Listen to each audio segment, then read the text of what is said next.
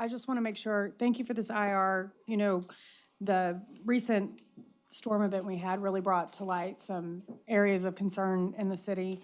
And I appreciate that you're bringing another IR back to us. I'd like to see in that future IR some discussion about our impervious surface requirements and what we can do in our development code to make sure that we have more impervious, or I'm sorry, more pervious surfaces in the city. Thank you. All right. Next informal report is the fiscal year 2023 DFW International Airport budget. And we have a representative from DFW Airport if there are any questions. We also have Vernon Bryant's here. There we go. Vernon, where'd Vernon go?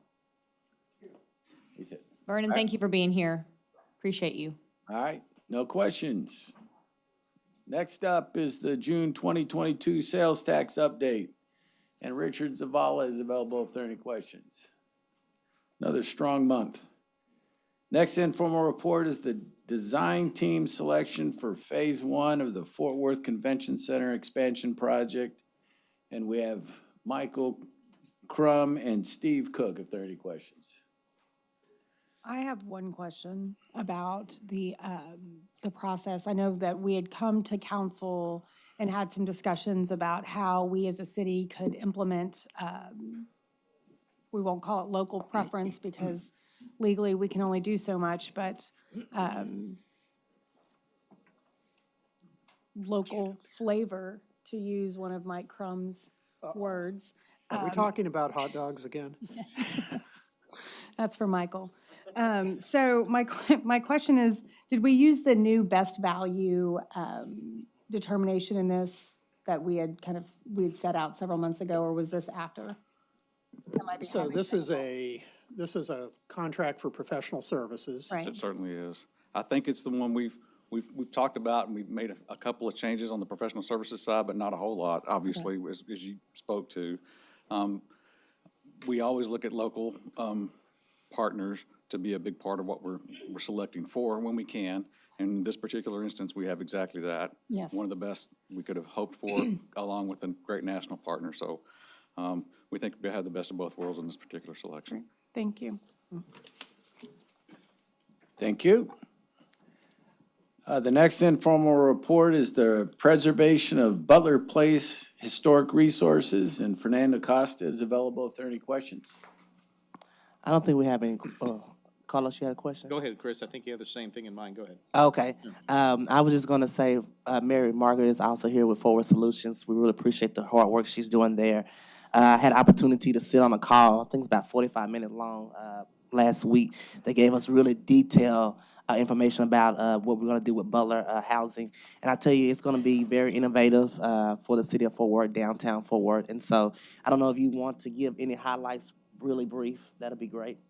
But thank you, guys. Thank you, Mary, for being here. Thank you, Ms. Nettles. Briefly, the redevelopment of Butler Place will present the city with great opportunities for appropriate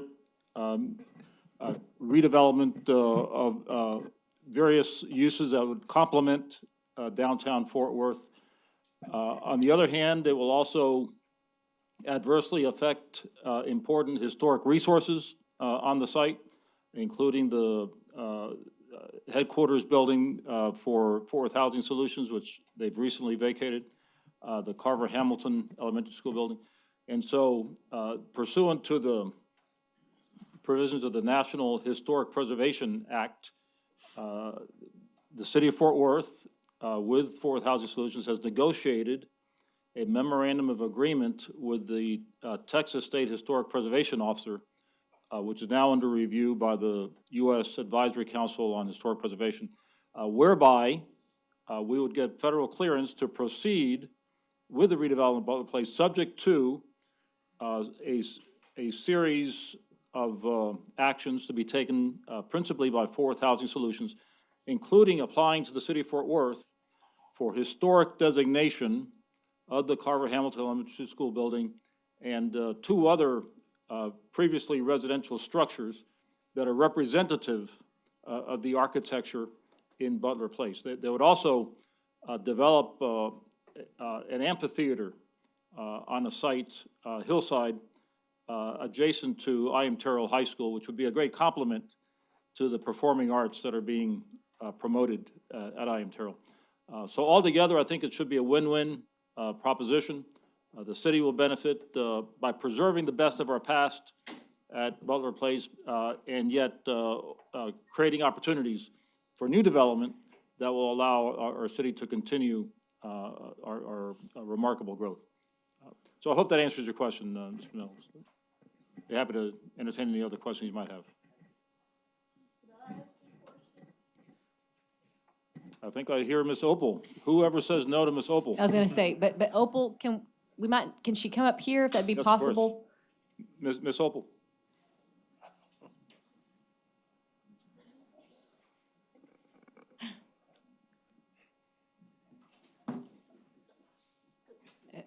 Opal Lee, ladies and gentlemen. Hello, Miss Opal. I'm simply wanting to know if consideration is being made to use the bricks from Butler Place to put the building back on Gwen School's campus that the highway department tore down so many years ago. It was the very first brick building for Black children in Tarrant County. The footprint's still there. So could those bricks not be used to put that building back? Thank you. Can that be given some consideration? Yes, ma'am. Miss Mary Margaret Lemons is gonna answer your question for you. Yes, ma'am. So to answer that, in our MOA with the state, we've already committed to clean and save 1,000 of the bricks. But obviously, we can adjust that. That's all we'll be committed to. But here locally, we can make other arrangements if you want additional bricks. We actually have saved bricks from Ripley, Arnold, Cavill, and from Butler Place. So we have historic bricks from all of our public housing properties being maintained for future uses. Thank you. Thank you, Mary Absolutely. Margaret. Thank you, Miss Opal. Any other questions? Any other questions for Mary Margaret? Go ahead, Chris. Oh, you're good. Okay. Thank you very much. Thanks, Fernando. Just for the audience, you don't get that many guest appearances, so. All right, the next informal report are proposed amendments to the city council rules of procedure. And Leanne Guzman is available if there are any questions. I'd like to hear from Leanne Guzman in detail. So we have taken a look at ways to streamline as well as maximize public engagement at our action meetings. And we took a look at what all of the other major cities in Texas are doing, because those cities also have large amounts of public engagement. We're especially looking forward to the future when we have 2 more council members sitting around this, well, maybe a future table at a future building, maybe not this building. And we know that public engagement will just continue to grow because the city is growing. And so we took a look at what we could do. And what these proposed changes are for, and what you all will decide on when we bring this forward next week, is essentially we will take all of the consent agenda items, and each member of the public will have 3 minutes to speak on any item, and as many items as they would like to speak on in that block of consent agenda items. That will be the same for the non-consent agenda items, except for anything marked as a public hearing or a zoning matter. So for any non-consent item that is not one of those 2 things, you will be able to have another 3 minutes to speak on as many items in that block as you would like. For the public hearings and the zoning hearings, those will each still remain 3 minutes for each item. And that will be the proposed changes. Thanks for the clarity. Any questions for Leanne? No? I just Go want to ahead, make sure I Chris. heard that correct. The zoning and the public hearings are separate from those other 3. Yes, and I should also add that the city manager, the mayor, or anyone of the council members can request an agenda item on either that non-consent block or that consent block to be taken out and kind of separated out and have its own 3 minutes. So if it's a matter that we know will have a lot of public engagement, then we can take that out and have some additional time dedicated to that for public hearing. For clarification for the public, how will we communicate to them that we've taken that particular agenda item out and that we're opening up the additional 3 minutes to speak? Similar to what we tried to start doing just a few weeks ago is giving people a little more awareness on what the agenda looks like at the top of the council meeting. We're just trying a few things out with city secretary's office. If you have input on what you think is working or not, because it was very confusing to some people that were sitting in the audience, were pulling things off the agenda for good reason. So we'll do the same thing, Elizabeth, on those items to make sure people know you're going to have an additional 3 minutes on this item and try to give some clarity as to why. And we could even decide, you know, in the future, if it's necessary, council members can have some time to say why they've asked for it to be pulled off. I just want to make sure that we're doing that and we're communicating that in time for them to sign up, right? If the idea is we want to open this up to discourse, just however we communicate that, and I think that's probably city secretary. And probably need, I was gonna say, and us be aware, as we think about when the agenda posts on Thursdays prior to a Tuesday, giving city staff plenty of awareness from our offices if you're gonna want something pulled off, so that it's a different spot in the council agenda. Gina? Yeah, I'd suggest no matter how big it is, we have some signage in the foyer area before this takes effect. It might say, you know, rules are changing, whatever it takes for Renee and his staff to come up with. But since we know they gather in that foyer area to sign up for the current meeting, advance notice could be posted there as well. Good point. Any other questions or comments, council? Okay, thanks, David. All right. Next informal report is on protecting historic cemeteries, and Justin Newhart is available if there are any questions. Yeah, I don't want to bog us down, but I was surprised that there were only 2 listed, whereas I know that the Ebenezer Baptist Church, you know, has a historic cemetery. I also have a historic cemetery housing Confederate soldiers, but the paperwork hasn't been done.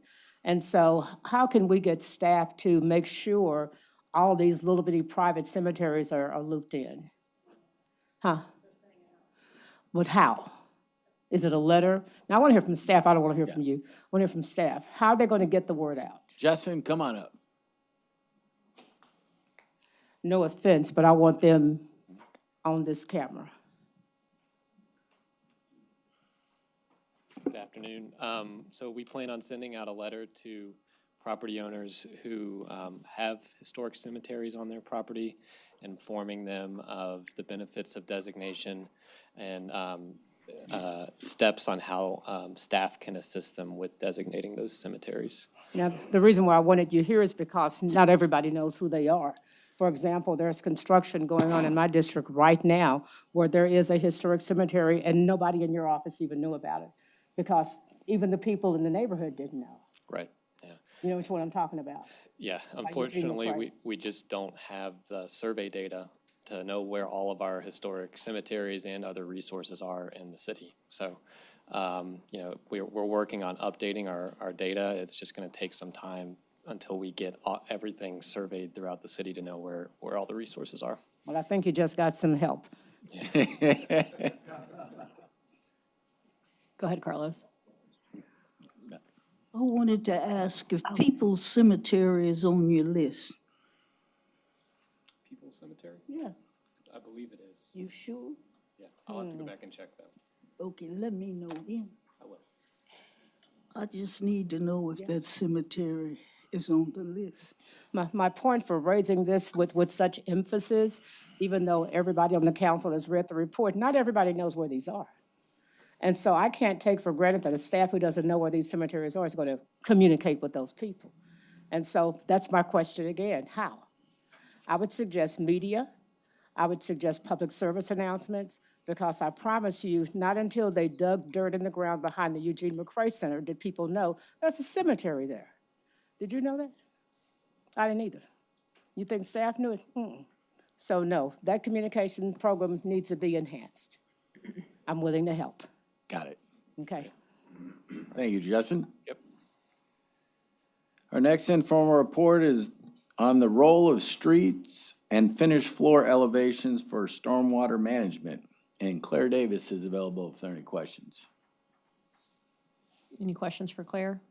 All right, then the final informal report is Weatherization Assistance Program, and Victor Turner is available if there are any questions. Anyone? Carlos? Of course, the public needs to hear about this. Victor, come on up. Exactly. And Gina read my mind. That's why I'm calling you to the front, Victor, because already just this past month, my office has gotten 3 calls on that. Now, up until that point, I was only aware that we did not have funding for it. So could you give us an update also for the benefit of our listening and watching audience? Sure. Our Weatherization Assistance Program, they can contact either myself or John Kane. Also, the applications are available online. So we do get funding every year from TDHCA to do the weatherization program. So, yeah, they just need to contact us if they need assistance. And it can be in a rental property or owner occupied. All right. Generally speaking, how does that funding availability compare now with prior years? Maybe about the same Yeah. spot relatively? Yeah, Okay. fairly same. All right. Thank you, Victor.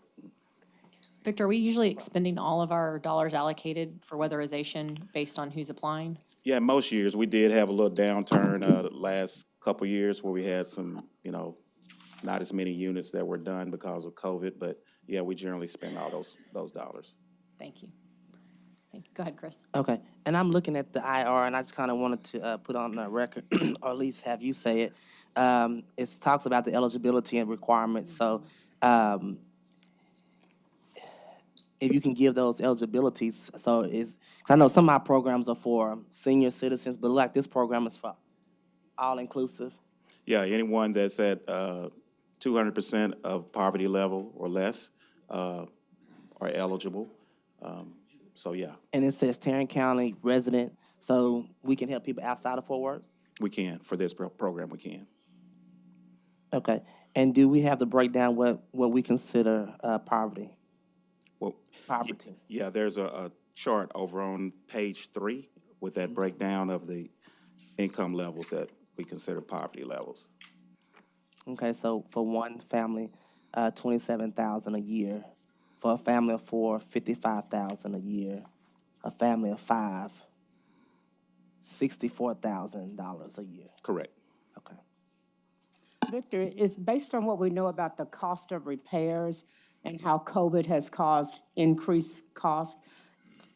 Is Yeah, it and enough? I anticipate, our average cost per unit probably will increase some just due to the cost of materials have gone up some, yes. Because we do replace windows and doors as part of the program, so we anticipate it being a little more than previous years. Thank you. Thanks, Victor. Thank you, Victor. Mayor, that concludes my report. Wonderful. And I'm going to turn to Leonard Firestone, put him on the spot. We have a new city auditor. If you want to introduce him to our audience, it'd be great. Thank you. That's why he looked familiar. Equalize this if I could. Yeah, come on up here, just to, if you wouldn't mind, put you on the spot. We just want to welcome David Madrano, who recently settled here. It's his first day in office as our new city auditor. So just a little background, if I could. We did a national search, and David has been named, as I said, our next city auditor. David is joining the city with a wealth of leadership experience and a strategic mindset that will serve our internal audit department and the entire city very well. David was most recently in California, but has Texas roots, so we're very excited to have him back. David? Thank you. Mayor Parker, Chairman Firestone, honorable members of the City Council and City Manager Cook. Thank you for the opportunity. I'm very excited to be starting in this role and serving as city auditor. I'm mindful of the level of trust placed in this role, and it is a professional obligation and personal commitment to ensure function continues to operate ethically, professionally, competently, and efficiently, so that we may foster departmental level accountability, collaboration, and continuous improvement with regard to our department's operating performance and ultimately its value to the city. I look forward to serving council and collaborating with city management and staff in a collective effort to support governance and enhance the system of internal controls so that we may reasonably ensure that city operations are consistent with the city's stated mission, its value system, its goals, and its objectives. Thank you. Thank you, David. Welcome to Fort Worth. We're glad Thank to you have very you here. much. Good to be here.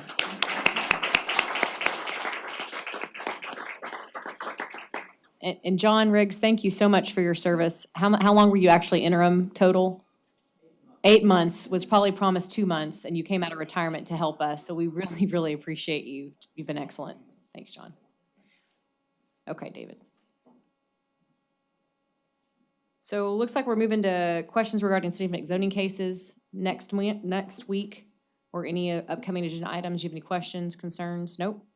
Then we'll move to our first presentation, which is a briefing on the National Juneteenth Museum Project. Jared Howard with the National Juneteenth Museum.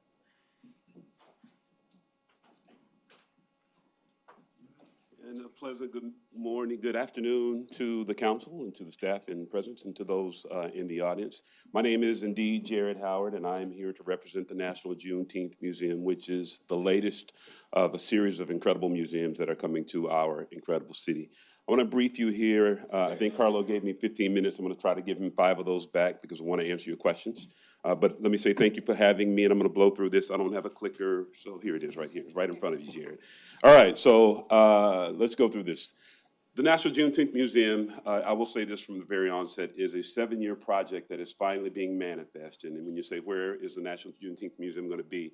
These are the proposed boundaries. I will add a caveat here. There is one swath of land that the museum has not acquired, and they are in negotiations with the property owner right now. But generally speaking, these are the boundaries of the museum. To the left of your screen is I-35, and going across your screen is East Rosedale. This sits in the heart of District 8, and Councilman Nettles has been an absolute advocate and gem for us as we go forward with this project.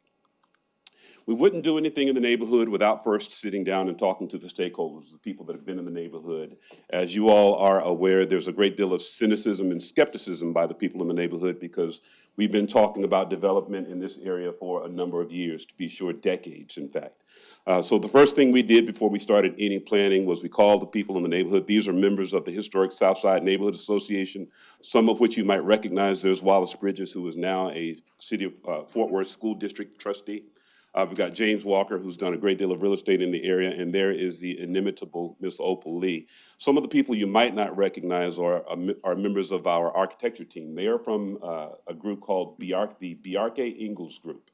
They are based out of New York, and after lots of consternation, we actually chose them because of their world renown. To be sure, they are the same firm that designed the Google headquarters in Southern California, Northern California. So when you talk about having a world-class museum, that's what we're making sure that we did as we started to have this conversation. Well, the people in the neighborhood told us they wanted certain things to be exhibited in the project, and that's what you see reflected on your screen now. A couple of things that they said. They wanted something that said, wow, this is the historic South Side, but that wasn't antithetical to the typology in the neighborhood. They wanted something that fit within the scope of the homes that already existed there. Wanted something with green space. They wanted something that wasn't too tall, that didn't overtower or tower over the other assets in the neighborhood. And so the architects went to the lab and they came back with this design approach. For those that may not be familiar, what you see on the left side of your screen is the Juneteenth flag. And if you'll give me 30 seconds, I'll tell you about the symbolism of that flag. At the center is the Texas Star, the Lone Star State. That's symbolic because obviously Juneteenth is a Texas event. It happened in Galveston in 1865. And so the Lone Star State is represented at the center, and it's surrounded by a cascading supernova, which is the Juneteenth Star. So the Texas Star is symbolic of freedom manifesting itself in Texas, cascading across the nation. And that's what that Juneteenth Star. And if you look at the back, you'll see what looks like a horizon in red and blue. Symbolism there is freedom in Texas, freedom across the nation, freedom across the globe. That is the symbolism of the Juneteenth flag. And so now when you see it, you'll understand it. On the right side is the typology of the homes in the neighborhood when it was originally settled, right? Many of us refer to these homes as shotgun homes. And so you put the two together in a design concept, and this is the result. This is the National Juneteenth Museum. This building is where the museum will be housed, and I'll highlight one or two things about this building. If you look at the roof line here, those are gabled roof lines, much like the shotgun homes that were originally built in the neighborhood. And if you look in the center, you'll see the roof line actually forms into the Juneteenth star. You'll see that better reflected on the next slide. This is a bird's eye view, and the Texas Star will be emblazoned on the courtyard floor, which is an open courtyard, and the roof line actually emanates, or actually is suggestive of the Juneteenth star. And so if I can go back a couple of slides, you see that star, that flag on the left, you see that reflected there. So when we talk about architecture, this is the type of thing that you pay for. This is why you go get guys that are renowned for the work that they do. This is a view of the building from Rosedale. If you're familiar with Mama E's barbecue establishment, this is as if you were standing on her property, looking north and a little bit to the east. What you see here, I did something wrong. There we go. What you see here is an entry portal. There are two entry portals, and they are built that way by design because the whole idea is collaboration and collision. Hopefully this whole COVID thing will be a thing of the past when we open and people will be comfortable touching each other and feeling each other because you'll have two ways into the facility and two ways out. I won't spend a great deal of time here, but to the council I will say, and to Mr. Cook, you all do have a deck in front of you that provides a little bit more detail than this slide here. I truncated it for brevity. This is a view from the galleries. You can see the young lady there is actually looking out of the galleries into the courtyard. Right? And so we're really excited about the design. It'll be built in a circumference, and so you come in and you take the chronology of the museum design in, you make a circle and you exit where you entered. Here is another view. This gentleman here is actually standing in the middle of the courtyard floor looking up into the museum galleries that are reflected on the second level. It is 2 levels. The museum gallery will be on the second level, and on the bottom level there are several different resources and assets that we're really excited about. I won't go into them a great deal of detail about them, but I will speak to this. This is, if you look really closely, those look like seats. That's because they are seats. That's because there will be a 250-seat theater included in the building. So it's not just a museum, right? We're talking about an asset for the community and for the city, quite frankly. And if you look on the far left, you'll see what's reflected there. That is a food hall. Right, so the city of Fort Worth did a survey, I believe it was 2018, of all of its residents. And the people on the historic South Side said that number one thing that they'd like to have was a grocery store. And then number 2 and then number 3 was a sit-down restaurant establishment. Believe it or not, the folks in that neighborhood don't have anywhere to go and sit down and have supper after church, and we're gonna solve that problem for them. We'll also have a business incubator, among other things, but I won't spend a great deal of time there because I wanna give you time back. They mentioned that they wanted some outdoor space that could be activated. This is the Juneteenth Plaza. Right, so this is the historic Mount Zion Church right there. You see reflected there. That's their educational wing. And this is the Juneteenth Plaza, which can be activated into this black box space here. They told us that they wanted this to be a gateway to the historic South Side. Right now, when you come off of Rosedale and you turn now north on Evans Avenue, you don't see much. We do have the current Juneteenth Museum on the east side of the building. We got the Sunshine Cumberland Church on the right side, on the left side of the building, or on the west side of the building. But the optics are not particularly impressive. That will change, as you see reflected here. These are residential units. So one of the things we talked about when we created the design for the museum is we wanted to infuse residency back into the neighborhood, because a lot of us that are from the neighborhood have a great deal of pride for what was represented in this neighborhood. And just a block to the north of where we're looking right now is the Evans Avenue Plaza. And if you're ever curious about African-American history in Fort Worth, that's probably the place you ought to start. I encourage you to go and see it. These are the other residential units. There will be 55 units as it's currently planned, and that can be adjustable. But the idea is to have people on campus at all times, and the best way to make that happen is by having residency as a part of the development. I think that's this last slide. There's another aerial view of the complex, and you can see again that Juneteenth star reflected there. Here's the plaza. Here's one of the residential units. There's a historic Mount Zion Baptist Church, and here is Rosedale Avenue. There's a vision of the building of the project at night, and literally and figuratively, it was designed to be a beacon of light in an area that has been dark for a very long time, and that's what you see reflected there. All right, so the project timeline I mentioned before. I went through Leadership Fort Worth in 2015, and I met a gentleman who was oncoming as the city manager at that time, little short guy, white hair. You might have seen him before. David Cook, something like that. We hit it off really well, and we started to have lunch. We started to have conversations, and he said, Jared, what have we got to do to make people like you, more people like you, choose Fort Worth as home? And so I'm a marketing guy, and so I went and did some focus groups, and we answered that question. And one of the answers, it was several prongs to that answer, but one of the things that they said was to have a corridor like this, right? And so back in 2015, I started this and had lots of conversations with lots of people. Stakeholder engagement, Fernando Acosta has been absolutely phenomenal in this whole process. And I'm talking about since 2015, as have other members of the city staff. I'll say this to the council, you all should be proud of the incredible staff that you have running the city. We did a site search, and after lots of consternation around where it should be, we landed on the corner of Rosedale and Evans. And we wanted to be in the Rosedale and Evans corridor. We didn't think that there was any possibility that we could potentially land actually on the corner of Rosedale and Evans until we met this young lady that you all might have heard of before named Opal Lee. And she said, where are you going to do this? I said, we're looking to be in the corridor. She said, you're going to do it on the northeast corner. You're going to do it on my corner. Miss Opal, as you all probably know, owns the property on the northeast corner of Rosedale and Evans. Since that time, we've been learning and acquiring information because none of us knew what the heck we were doing, and we've been working really hard to make sure we did it right because, quite frankly, we want to reflect the city on a national scale the right way, right? And so this shouldn't be a surprise to any of you because I've probably asked you all for some insight as we've gone toward developing this project. Started the project planning process. We started some visioning, did a feasibility study, and we completed a site acquisition plan. And we have acquired, as I mentioned before, most of the properties, most of the sites on the corner, with one exception. About 3 years ago, and this is how you know, at least for people of faith, this is a God project. We started talking about having this as a national Juneteenth museum. And I say that because it's fortuitous, because since that time, as you all are aware, Juneteenth has become a federal holiday, thanks in no small part to Miss Opal Lee, who happens to be in the room right now. And so when you talk about serendipitous events, that's exactly what it said, because the popularity of Juneteenth lends itself to the popularity of the museum. Promotion and acceptance, on December 2nd of 2021, we had an event at the Chamblee Library. Many of you all were there. We want the city, quite frankly, and its stakeholders to own the project.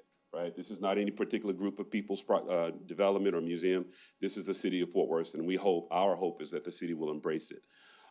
Service partnership and formation, we've got some of the best in the world working on this. You cannot, I won't say you cannot, you should not build a museum in Fort Worth without having some of the best in the world as a part of the design, because we want to complement what happens in the cultural district, right? With the Kimball and the Modern and the Amon Carter, we want to complement those, and we intend to do that right well. So when you talk about Fort Worth being the museum mecca, as Ms. Opal calls it, we intend to be a part of that conversation as well.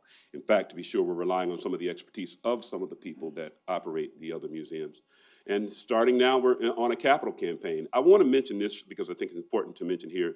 When we talk about service partnership and formation, not only do we have some of the best service partners in the world, with world renown, we've got some of the best leadership. The chair of our board is the venerable Dr. Glenice Robinson, who used to work with the city of Fort Worth.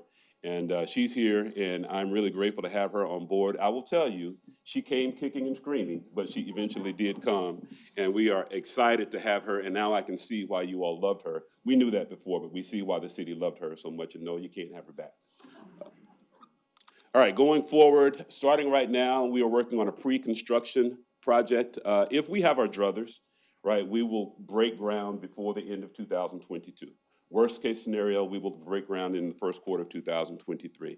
We'll go through demolition and groundbreaking erection, soft opening prior to June 19th, 2025, with a grand opening where the nation will converge on Fort Worth, Texas on June 19th, 2025. So what the project offers, I won't blow through this, I won't read this, I won't insult you, but there's the project in terms of construction alone is a $70 million project.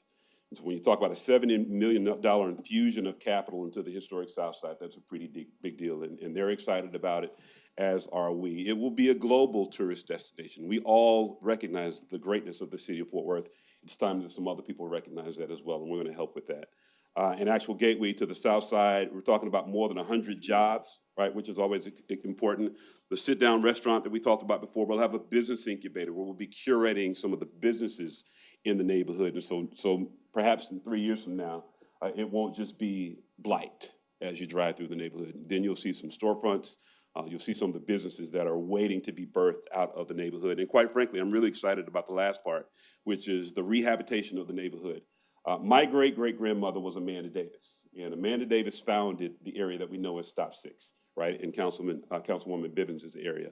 So I've got deep roots in the city of Fort Worth, but before there was a Stop 6, there was a historic South Side, right? And so we've seen the degradation of the historic South Side, and it's time for some revitalization there. And we're glad to be on the front end of that. The cost model for this, this is for, you saw that there were 4 complexes. 3 of those were for residential, and this one is for the museum complex, and it's right now about $42 million, right, all in. We're looking at about $42 million. It's a pretty expensive price tag, but it's worth every dime that we're spending. We're not cutting corners because, again, we want this to be reflective of the beauty of the city of Fort Worth. Here is the income projection for the first year, as is the case with many new businesses. We anticipate a loss the first year of business, but the thing that I'll highlight here is that, we will have reserves to accommodate what we anticipate being a loss. Now, let me caveat this by saying this pro forma was built on what we believe to be a worst-case scenario, right? So if we are as successful as we think we will be, we will not incur a loss in the first year. But even if we do, based on worst-case scenarios, as you can see here, we will have, we'll be in the plus, in the black, in years 2, 3, 4, and 5, significantly so.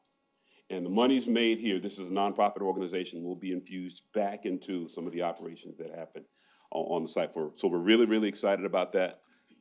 So what are we here for? What are we asking the city for? We think this is a project worthy of the city's investment. What we're not asking for are grants. What we are asking for is investment. Quite frankly, as we have started our fundraising campaign, what we've discovered is that the people in other parts of the country, in other parts of the world, the first question they ask is, how has the local community adopted what you're doing? And that's why we need the city, quite frankly, to be one of the stakeholders that help us answer that question. And we're talking to all the names and people that you all know and love, because quite frankly, this is going to require all of us to come together to make this happen. But once we do, we think it'll be a catalytic project, not just for the neighborhood, but for the city. Continued promotional support from representatives and ambassadors. So what does that look like? Actually mention it, right? I was at the airport a couple of weeks ago, and I heard Mayor Matty come over the loudspeaker, and it was music to my ears. Maybe when we do things like that in the future, we can talk about the National Juneteenth Museum. It is a national museum, much like the National Medal of Honor Museum is going in Arlington. And I can tell you, they are very, very proud of the National Medal of Honor Museum in Arlington, as they should be. And we hope that the city of Fort Worth will embrace this one, much like they are in Arlington with that one. Social media, all the nuts and bolts there.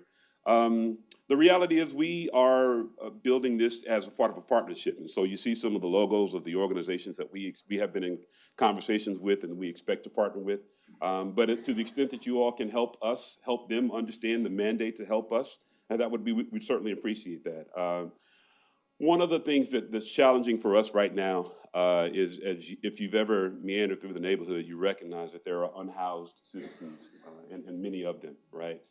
Much to the dismay of the people that live in the neighborhood, and there are challenges that come with that. What we don't want to do is erect a new building that's with bells and whistles without regard for the people that have been in the neighborhood. I'm talking specifically about the unhoused people. That's not a problem that we can solve. We recognize that it's difficult, but we do hope that we're not viewed as the people who came in and built something and forgot about the people who use some of the things like the Evans Avenue Plaza and the park. So to the extent that we can help with those conversations, we'd like to be a part of that. And then finally, visitation and usage. Come and see the museum. If we are successful in our capital campaign, then the museum entry fee will be $0, which means that everybody will be welcome. And the reason for that is, quite frankly, so that everybody can come. There are people in this city that could not afford to pay a $3 admission fee. We want them to come and see and learn about the National Juneteenth Museum, right? So to the extent that we can, come and host a press conference there. Not just Councilman Nettles, Mayor Matty, anybody. Come and host a meeting at our facility. We'll make it available for you to that end. I think that's my last slide, and I'm going to shut up and take any questions that you have. Thank you, Jared. Council questions? Carlos? Thanks for that presentation. I am really moved by that design concept. It speaks volumes. It's it's expressive. it's symbolic and meaningful, you know, the holiday that the museum's all about.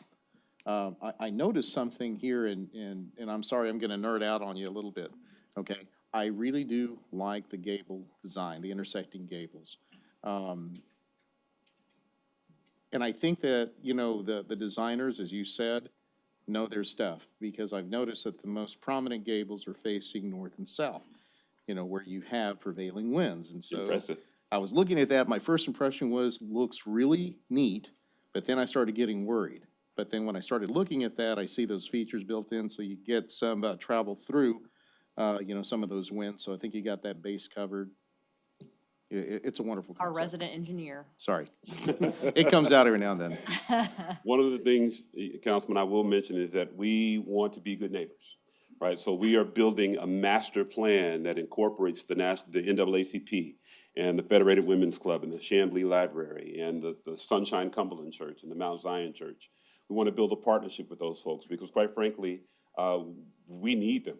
And hopefully that our presence will be catalytic to all of their growth as well, right? The fact of the matter is, right now on this corner, there is no economic activity, right? And that dynamic will change once we erect this. And so we were intentional about that, to your point. What else? Questions? Go ahead, Thank Chris. you, Mayor. I will say, we did hear from the people, and I really appreciate some of the things that you have included into this project. You talked about a grocery store, and one of the things that when I was running for office, I heard grocery store and I heard sit-down restaurants. And so it is great to see within the next few years, we have Hope Global, who are also coming to that same quarter, who's going to bring residential and a grocery store. And so we have that component, and now we have Juneteenth Museum that's going to come and going to give people a space to not only see Juneteenth, but the historical South Side of Fort Worth, and have an opportunity to sit down and go to the restaurants and see. And so I really want to say that you did do your homework. The facilities looks, I mean, it's state of the art. And we're working on, I met with David, meeting with Fernando pretty soon, because we're going to work on trying to make sure that we just don't fix that piece on Evans and Rosedale, but we take that from 35 all the way down to Riverside on both sides of the corridor, and even go back down Evans to Berry, so that we can reinvent the Black Wall Street of the city of Fort Worth on the historical South Side. And so that type of millions of dollars that we invest in that location is going to be mind-boggling. That's going to spur development across that area. And so I want to say thank you for bringing this presentation to the city of Fort Worth, that people can see what you are also, that you guys been working on. And we also want to thank Dr. Opal Lee for her zeal and never giving up to get us to where we are today. And I truly, you're gonna make me work hard so that I'm still sitting in this seat in 2025. So that I could be part of that groundbreaking. I'm just really excited. And I'm glad that you was able to present this to everyone today. So thank you. Thank you for your support, Councilman Nellis. Gina. I first just want to say thank you, Jared, for such a thorough presentation.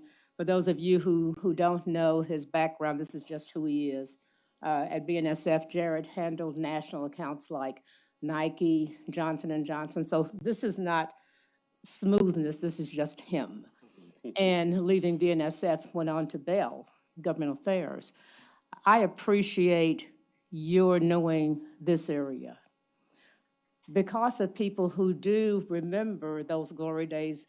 Now, I know I'm old, but I wasn't here for Black Wall Street, but I heard about it on Evans. But for people who know the community, talk about places like the NAACP, Morrison Bates, Drake's, talk about those areas and where you are now in as much as you can, because people really can't gauge the scope and the availability. I'm trying to be diplomatic. Where are you with that type of land question? Yeah, so And you again, need to introduce your wife too, because she came here with you. she did, my better half. I married up everybody. Lauren Howard is back there. Show him your ring, please. Show him your ring. She's off the market, just for those of you watching. Thank you for that. Thank you for that, Councilwoman Bivens. We have tried to be, and Councilman Neville, we've tried to be true and organic in the development of this project to the extent that we could, because quite frankly, I was born in the 70s, and I was born and raised in SOP 6. But the most popular restaurant in the city of Fort Worth, Black-owned restaurant in the city of Fort Worth, was a place called Drake's Cafeteria, right? And that property is right there at the corner, right off of the corner of Rosedale and Evans. And that property is owned by another gentleman. That's the gentleman that I mentioned that we're still in negotiations with right now. To talk about the passion and the vigor of the people in the neighborhood, when the gentleman bought the former Drake's Cafeteria property, before he bought it, there was a mural on the east side of the building, right? And it had a picture of some members of the Drake family, and it sat there for the better part of maybe 30, 40 years. Well, and I want to be fair to him, he didn't know the symbolism and the significance of the mural. So the first thing he did was he painted over it. And it caused a great stir for the people on the historic South Side. That's because this area has, for probably the better part of, to be sure, let me tell it to you this way. Texas's first Black millionaire, William Madison McDonald, right? His home was a block or two away from where we are on Terrell Avenue, right? And he, with the wealth that he had, literally erected a neighborhood, right, with his funds. And when you talk about people like Cab Calloway, people like Tina Turner, those people performed in Fort Worth. When Dr. King came to Fort Worth in the late 50s, he stayed at Veda Felder's house, which was a couple of blocks away from where we are right now. And her picture is reflected on the plaza, on the Evans Avenue Plaza. But when you talk about things like Drake's Cafeteria, Morris and Bates, when you talk about Baker Funeral Home, Pinkston Funeral Homes, these in the 60s and 70s were businesses that Black people populated because they didn't have other options. Right, and the shell of those things, the Langley Pharmacy, right, the Fort Worth Barbershop, those shells still exist. And people talk about the fact that Fort Worth has been a little bit less progressive, and I'm not talking about politically progressive, I'm talking about socioeconomically progressive. Well, that has been a blessing to us because neighborhoods like this in other cities have already been gentrified. Right? So in Fort Worth, we have a really unique experience or opportunity, if you will, to go and recapture some of what used to exist there. And I'll tell you this, the city of Fort Worth will be better with this development that Councilman Nettles referred to, because when you go to New York City, you go to Chinatown, right? You go for authentic Asian culture, but when you go to Chinatown, you see Black people and white people and blue people and purple people and green people. The same is true in Little Italy. The same is true in Harlem. And in Fort Worth, we, for whatever reason, don't have that strong reflection of Black culture. And this is our opportunity to recapture that. So we do intend to recapture that and to promote that as a part of the incredible diversity of this incredible city. Thank you, sir. Any other questions or comments for Jared? Go ahead, Jared. I just want to say thank you. The work that y'all are doing is impactful. Thank you, Dr. Lee. I'm really inspired by this presentation, and I appreciate the work that y'all are doing. Thank you, Councilman. Put another R in your name, you'll be better. Too late. Any other questions, council? No. Jared, excellent presentation. Thank you for the update. We're all in. And to Ms. Opal, thank you for staying with us today. We appreciate you as well. Thank you all.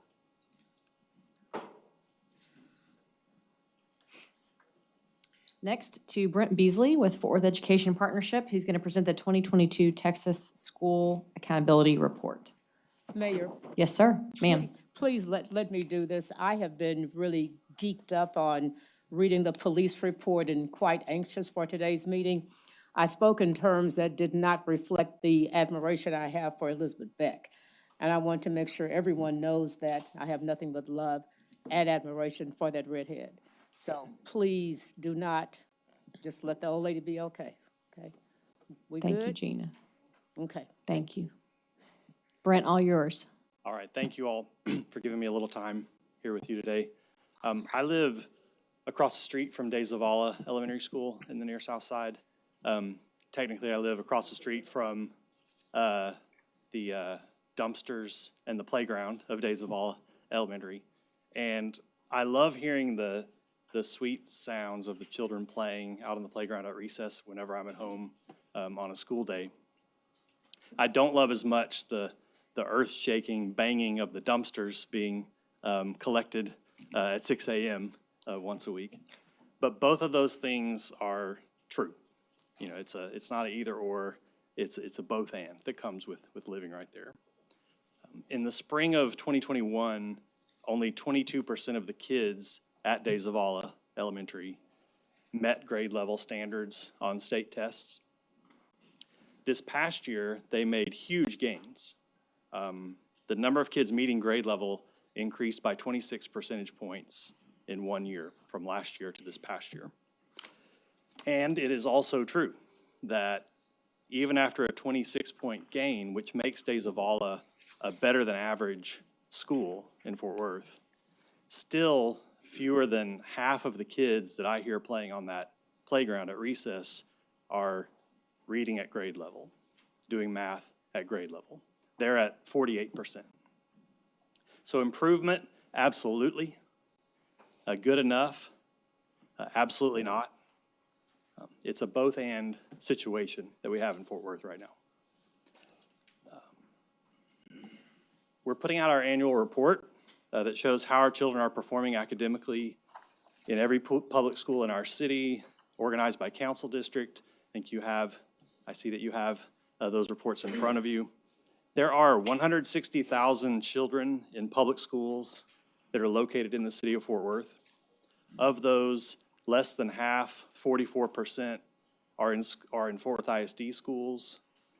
45% of those kids are in other independent school districts that have schools in Fort Worth, and then 11% are in public charter schools. There are 12 different independent school districts that have schools inside the city limits of Fort Worth. And then there are, in addition to that, a number of charter schools and charter school networks that have schools in Fort Worth. And so the education of Fort Worth kids is not a single ISD issue. It is a citywide issue. And I want to thank you for the ways that you as city council members and mayor have leaned into this issue in recent days, and probably going back before that. I have seen many of you do this in a number of ways. One of you went to a Fort Worth ISD school board meeting and spoke on behalf of the kids who live in your council district. Another of you went down to Austin to speak on behalf of a new school for your council district and waited all day to do it. Mayor Parker has made this a top priority in many, many different ways in her term. Because we can't have a healthy city, you can't have healthy council districts without effective schools and children reading and doing math at grade level. And so the report that we're sharing focuses on the percentage of kids meeting grade level, scoring at that meets grade level standard on the state tests.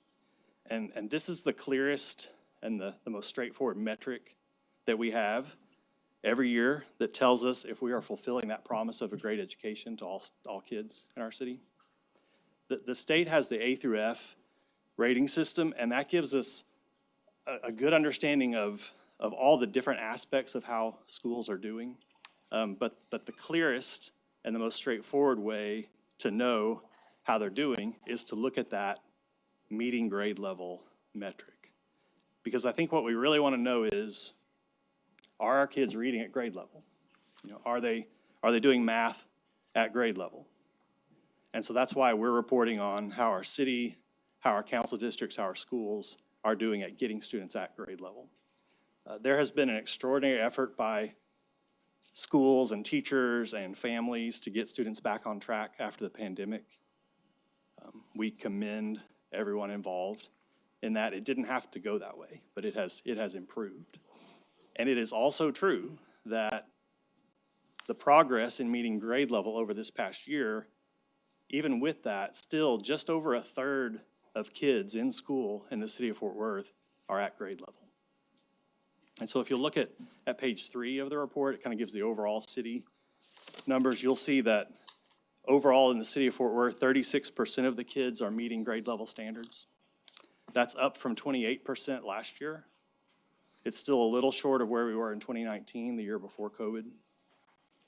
I'm gonna very quickly go through and call your attention to each council district And notice on each page, the right-hand column, which highlights the growth that each school had from 21 to 22. You see some really positive stories there. But Council District 2, page 4, 31% of the kids meeting grade level. Only 3 schools above 50%. In District 2, fewer than half of the kids are in Fort Worth ISD schools. Also note Lake Worth. You know, this is a small district that often gets overlooked, but it really struggles. You see a lot of Lake Worth schools over on that far right-hand side of the graph. Council District 3, the next page. 39% of kids meeting grade level, the same as pre-COVID. The 5 highest performing schools there are from Aledo ISD, Fort Worth ISD, and charter schools. Council District 4, page 6, 40% at grade level, still down 7 points from pre-COVID. Most of the schools are Keller ISD schools. You also have the low-performing International Leadership of Texas charter schools. Council District 5, 27% of the kids at grade level, about the same as before COVID. The top performing schools there are a mix of HEB ISD charter schools and 2 Fort Worth ISD schools, a charter partnership, one of the partnerships with Texas Wesleyan, and a Fort Worth ISD school of choice. Council District 6, 32% of the kids meeting grade level, just a little behind 2019. This is the home of the school that made the highest growth in the city last year, David L. Walker Elementary, which is a Crowley ISD school. They made a 32 percentage point gain from one year to the next, moved from 12% at grade level to 44%. Fewer than a third of the kids in District 6 are in Fort Worth ISD schools. Council District 7, 48% meeting grade level, down 6 points from before COVID. Notice that of the over 30,000 children in school in District 7, only 1,500 are in Fort Worth ISD schools, 5%. Council District 8, 25% of the kids meeting grade level, close to 2019. The top 3 schools in District 8 are IDEA schools, followed very closely by Meadowbrook Elementary, Fort Worth ISD school, which grew 18 percentage points from the year before. Council District 9, 34% of kids at grade level, close to pre-COVID. Notice there are 5 different Fort Worth ISD schools of choice there in District 9. No other council district has more than 1, I believe. We know that there's been this extraordinary effort to get students back on track. We've seen some real progress that we celebrate to get us close to where we were before the pandemic, and that is good. And this is also true. Where we were before COVID was not acceptable to any of us. Just over a third of our kids in Fort Worth Public Schools are not, or are on grade level. Just over a third are on grade level. And so when you see the school buses lined up for drop-off in the morning, we have to kind of face the reality that 2 out of every 3 of those buses are full of kids who are not meeting grade level. We could fill up AT&T Stadium with just over 100,000 students in Fort Worth who are not at grade level. I know that every person in this room cares deeply about those kids. Appreciate you putting me on the agenda to talk about this with you today. I'd love to talk more with you about it one-on-one anytime. If you have any comments or questions now, we can, but I'm happy to talk anytime. Thank you, Brent. Gina. I don't want to put you on the spot, and you might be able to just send me something. But there's a pastor in Chicago who 2 Sundays ago announced to his mega congregation he wanted all of those kids tested in his church. They've got the money to do it. He was the commissioner of education, I think, years ago. And in the contrast of his concern for those kids not being at par, I read in the paper where Fort Worth ISD is better than ever. And there's just something that I'm not getting. I'm not a parent, so I don't know what to look for. But I would like to know how do we compare apples to apples? If you can send me some resources, because it's very difficult for me to conceive students who were slipping during COVID, sliding during a couple of summers, are now better than ever. That's just baffling to me. So if you're able to, and again, you can answer here, but I need to know how to compare apples to apples, because I just don't see that it doesn't fit. Yeah, I think that's a great question, and I'd love to sit down with you and talk about it because it's complicated, but I would just say that's why we've chosen to focus on this meeting grade level standard, because it's something that's clear, it's straightforward. I think we can all understand, are they doing it or are they not? So, but yeah, I'd love to talk with you more about the A through F ratings. Carlos? Brent, thank you for the presentation. You and I have talked before about, specific statistics, related across the board, citywide, but also as it pertains to District 2.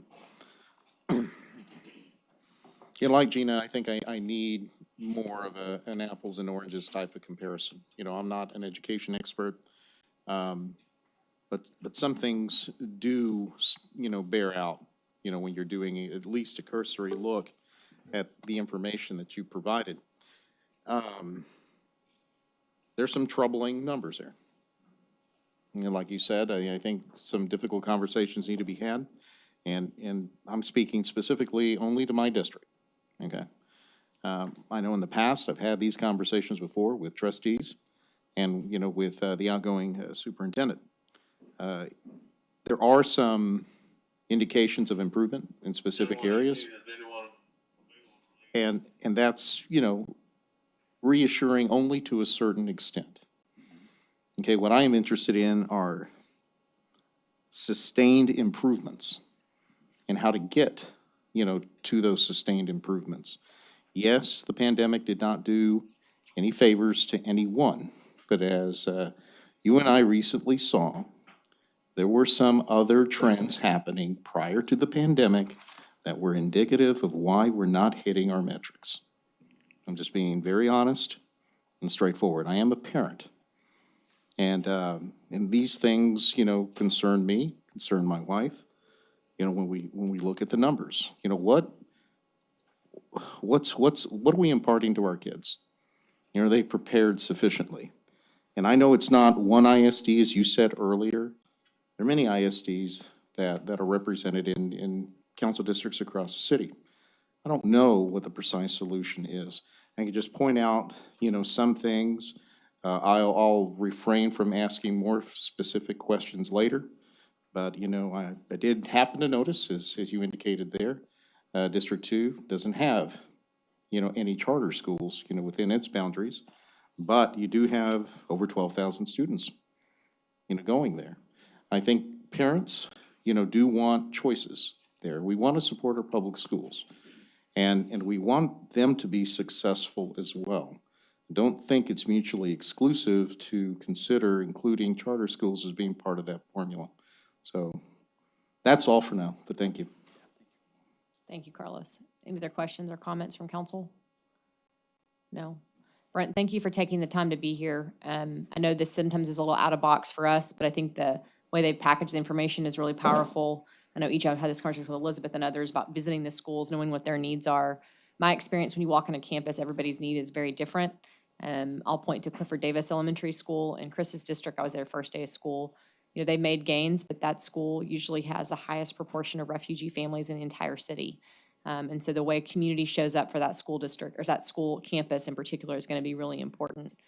So let's keep talking about this. Sit down with Brent and his team to understand more about it at your leisure, but we appreciate you coming today. Thank you all. Thank you, Brent.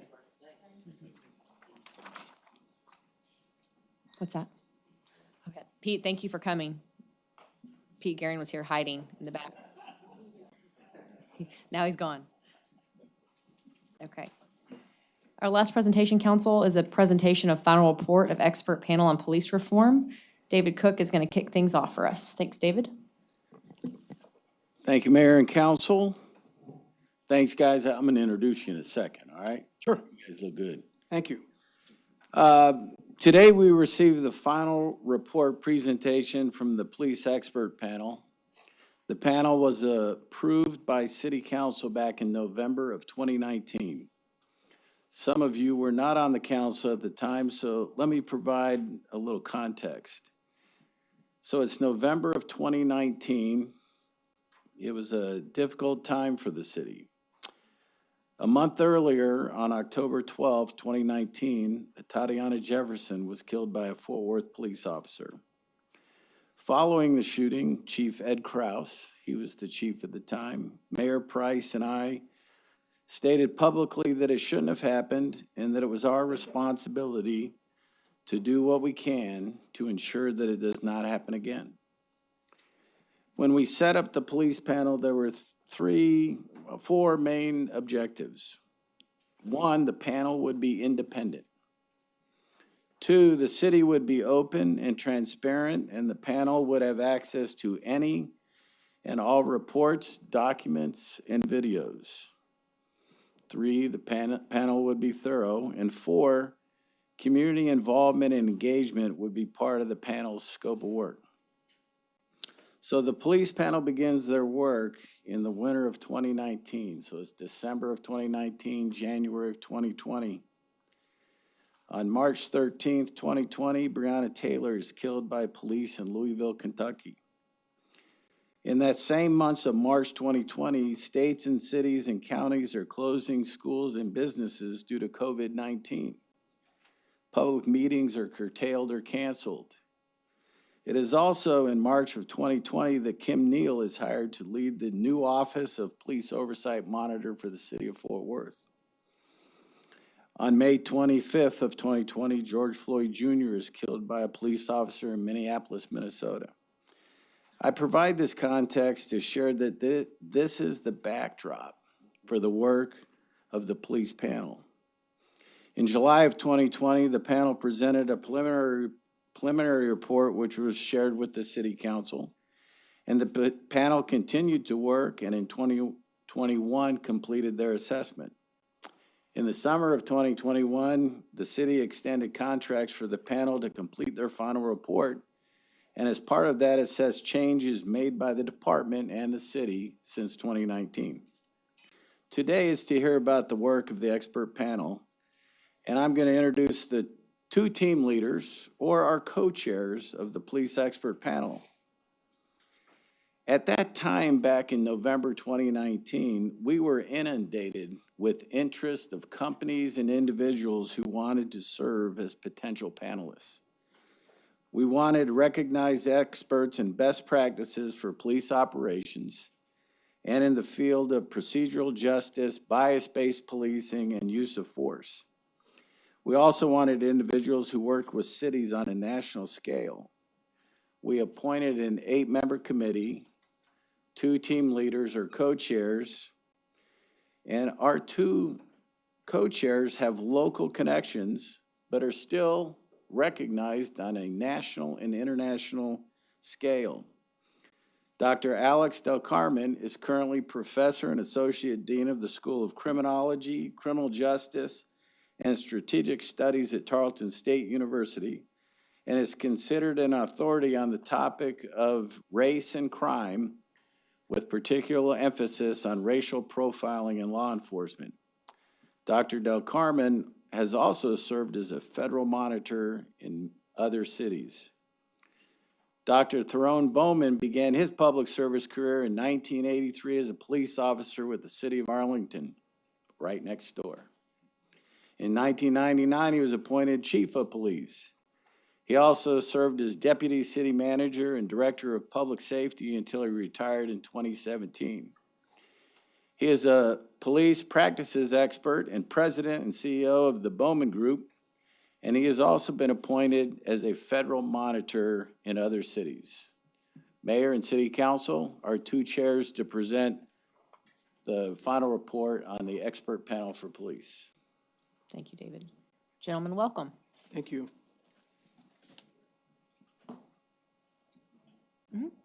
Yeah, go ahead. While they're setting up, I just want to say thank you to David Cook We sat here last week and I was not pleased with the timeliness of a report that we received. It is not easy to manage the wants and desires of 9 council members and our 8 council members and a mayor. I appreciate you trying to be as responsive as possible to our needs. Thank you for getting this to us early and allowing us the opportunity to review it. I appreciate it. Thanks, Elizabeth. Good afternoon.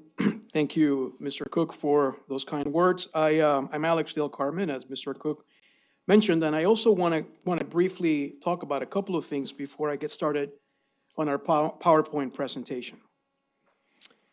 First of all, to give you some context, aside from the historical context of our study, you know, I think between Dr. Bowman and I, we probably have covered about half the United States on cities that we've reviewed in terms of policing practices and data and whatnot. Ever since we started working here at Fort Worth PD, obtaining the data from them and talking to community members and whatnot, we've been received with open arms. The Chief of Police, Ed Krause at the time, and the current Chief of Police, Neil Noakes, have given us unconditional access to all the information that is available to them. I think that is something that is not only welcome on our end, but it's something that we're very happy to report to you, because those things need to be said. Secondly, there hasn't been a time, I think, since we started our study, early on in 2020, really, when we had we were on the ground and we were working and whatnot, that they were not immediate in our request. Whenever we made a request, we automatically received the information and the various other components that were in place. It's not your phone. No, it's not there. It's not there. I tend to do that, by the way. I just always inspire people calling.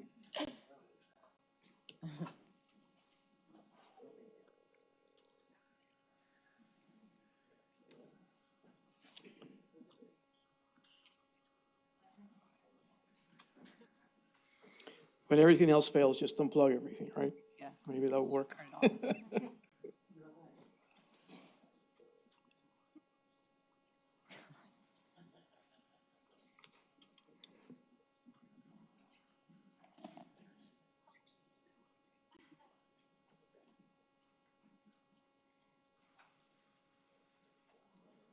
Nope.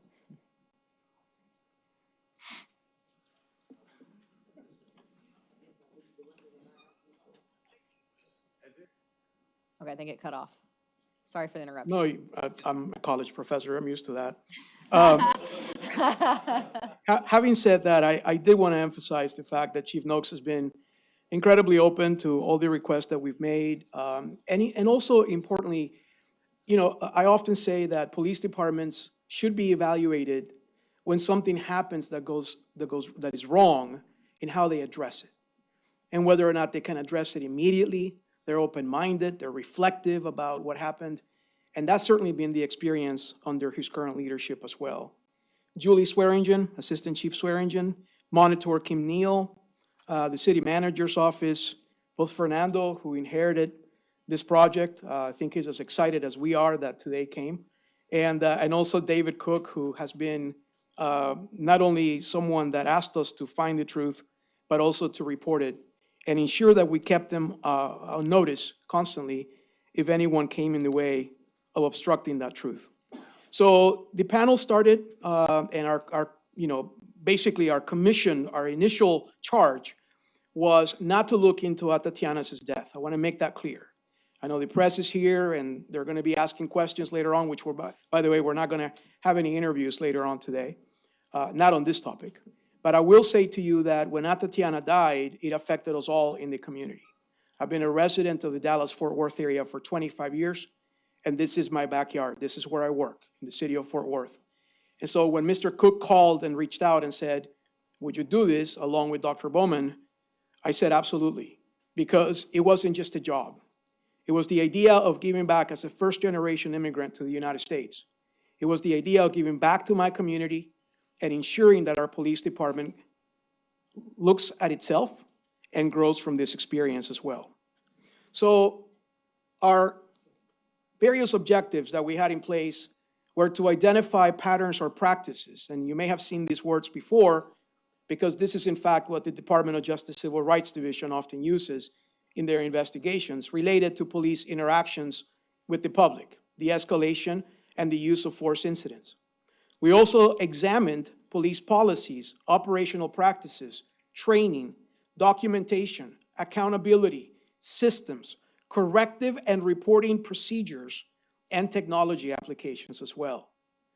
We interacted and listened with we had many listening sessions, although we wish we would have had them in person, and that most of them we had to rely via Zoom because of the pandemic. And that obviously took away some of that face-to-face contact that we were hoping to have. Nevertheless, we had some of those sessions with community members, with groups, and also with police personnel at various ranks. We reviewed policing, the community policing and engagement component. We looked at internal affair complaints.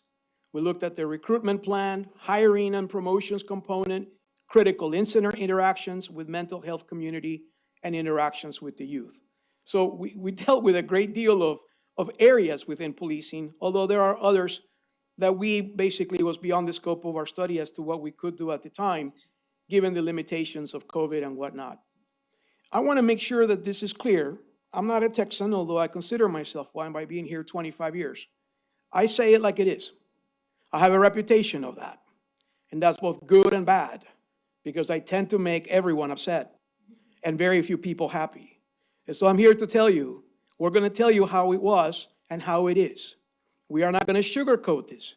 We were completely independent when we came up with our analysis, and that is exactly what you have in front of you, okay?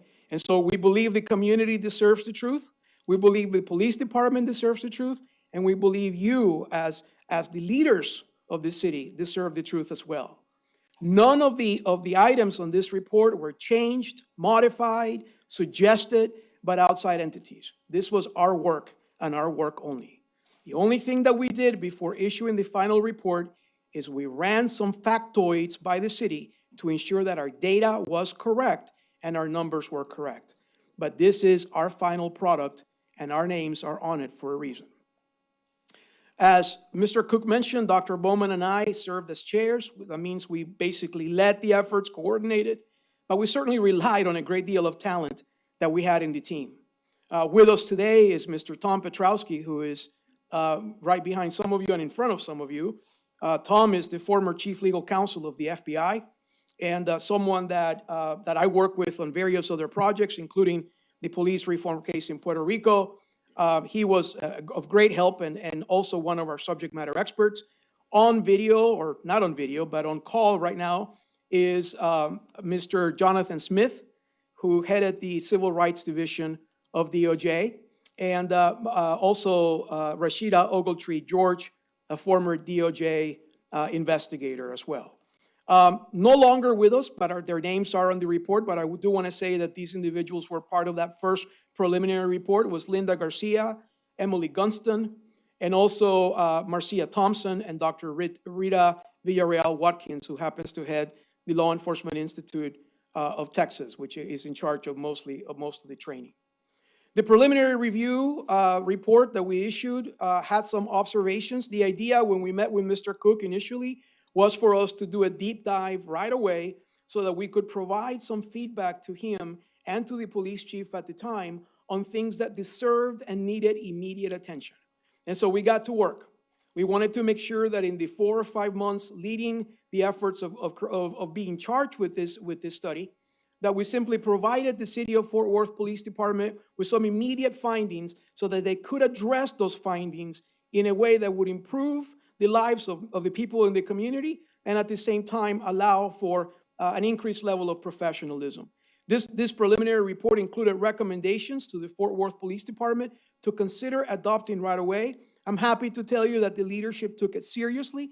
They began to implement those changes right away. In fact, by the time we actually issued the report, some of those changes were already in place, and it was just really nice to see that our findings had an impact, and we're going to impact the police department right away and the community at large as well.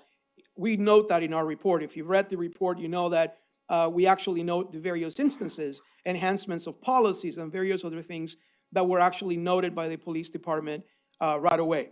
This led to what we believe is an immediate improvement on some of the areas that were discussed in that preliminary report as well.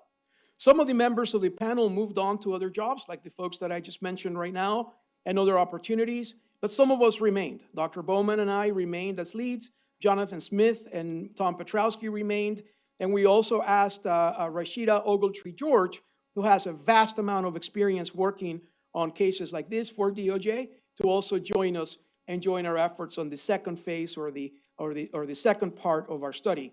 And so she was incorporated as a subject matter expert as well. The panel continued to focus beyond the preliminary review report on use of force because we felt that that was an important component, on training, and also the review process by which they review not only complaints, but also use of force incidents as well. The COVID pandemic emerged, as I noted earlier. This was absolutely devastating to our efforts to be physically present. Even those of us that are local, as all of you know, we were locked down and could not access buildings or offices for a few months. It also affected the manner in which the panel was able to obtain information. We had to rely on electronic means. The review panel obtained and analyzed information that was received on use of force, crisis intervention, internal affairs, community engagement, and civilian oversight board and recruitment and training. I want to make it clear that what we did is we actually put all of that information on hard drives. We made several trips to the police department, acquire that information, and it was spread by all of the subject matter experts in that each of us reviewed different parts of the component. So the COVID pandemic emerged during that particular component, and it had an effect, but we moved forward, right? So throughout the fall and winter of 2020 and 2021, the panel continued its evaluation. The draft report was provided to the city in January of 2021. In the summer of 2021, the panel was contracted to draft a final report. Throughout the winter and spring, the panel continued to assess, gather information, gather data, and we provided the final version of the report, which you should have by now, on June 20th of 2022. The panel has not updated any of the report that we submitted on June 20th, and given some of the scheduling conflicts that we had since June until now, this is our first opportunity to present this before you, okay?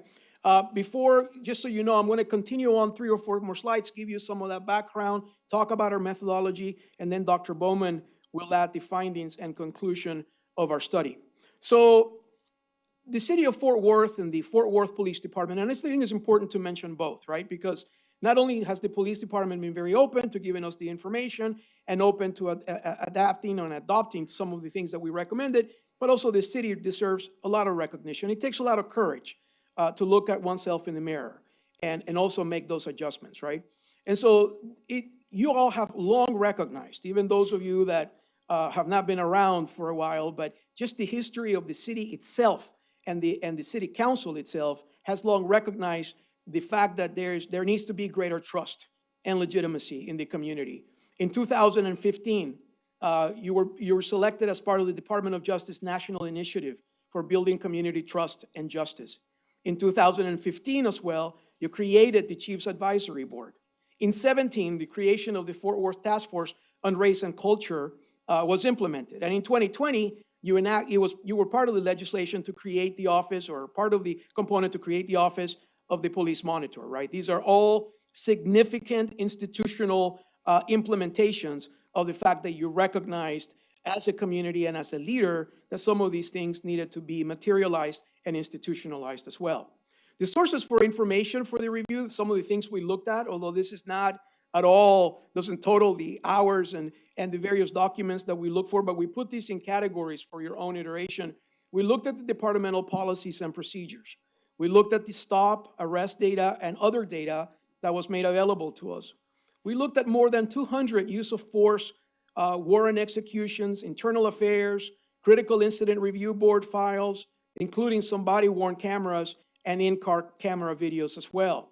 We interviewed members of the Fort Worth Police Department, as I noted earlier, at all levels. We reviewed the training materials and observations of many of the training sessions that took place Unfortunately, our attendance to some of those sessions was prohibited by COVID. Nevertheless, we reviewed the outlines, the way the instructors managed to deliver the course, and some of the attendees or those that participated, and the evaluation that they provided towards the instructor. Community meetings, interviews of the police monitor. We work very closely with Ms. Neal on many of these components towards the latter part of our work. And the Fort Worth Police Department gave panel members complete access to all of the requested information.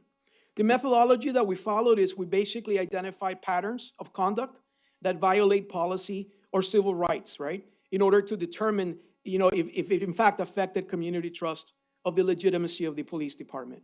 We did not attempt to qualify in statistical certainty. And I have to say that because I'm a quantitative person, right? So I will tell you that we did not sit down here and we did not write a dissertation on statistical measures related to, certainty levels and whether or not there was repeated conduct validated by interviews and supporting documentations. But we look for the systematic flow, right? We look for those patterns that we were charged to look for. Once the patterns were identified and we reviewed their policy, we looked at the training, we looked at the accountability components and the supervision for causes of the conduct or failure to correct that conduct. And finally, we made recommendations based on best practices. All of us have over 200 years of working in one way or another on civil rights, racial profiling, police conduct, and whatnot across the country. So we felt that we had some degree of baseline knowledge on being able to provide some of those best practices and reform efforts in various jurisdictions. And the context of findings, essentially what we want to make sure you understand is that we are a different America than the America where we started, as Mr. Cook said, 3 years ago. I know our country is divided. I know people have vast opinions about policing.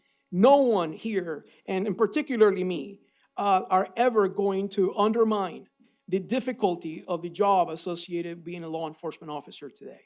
I have lost 2 officers in the line of duty that are former students of mine, and I can tell you our hats should be off to them. It is a tough job, and it is a very difficult job, and we should be supportive of our law enforcement community, unquestionably.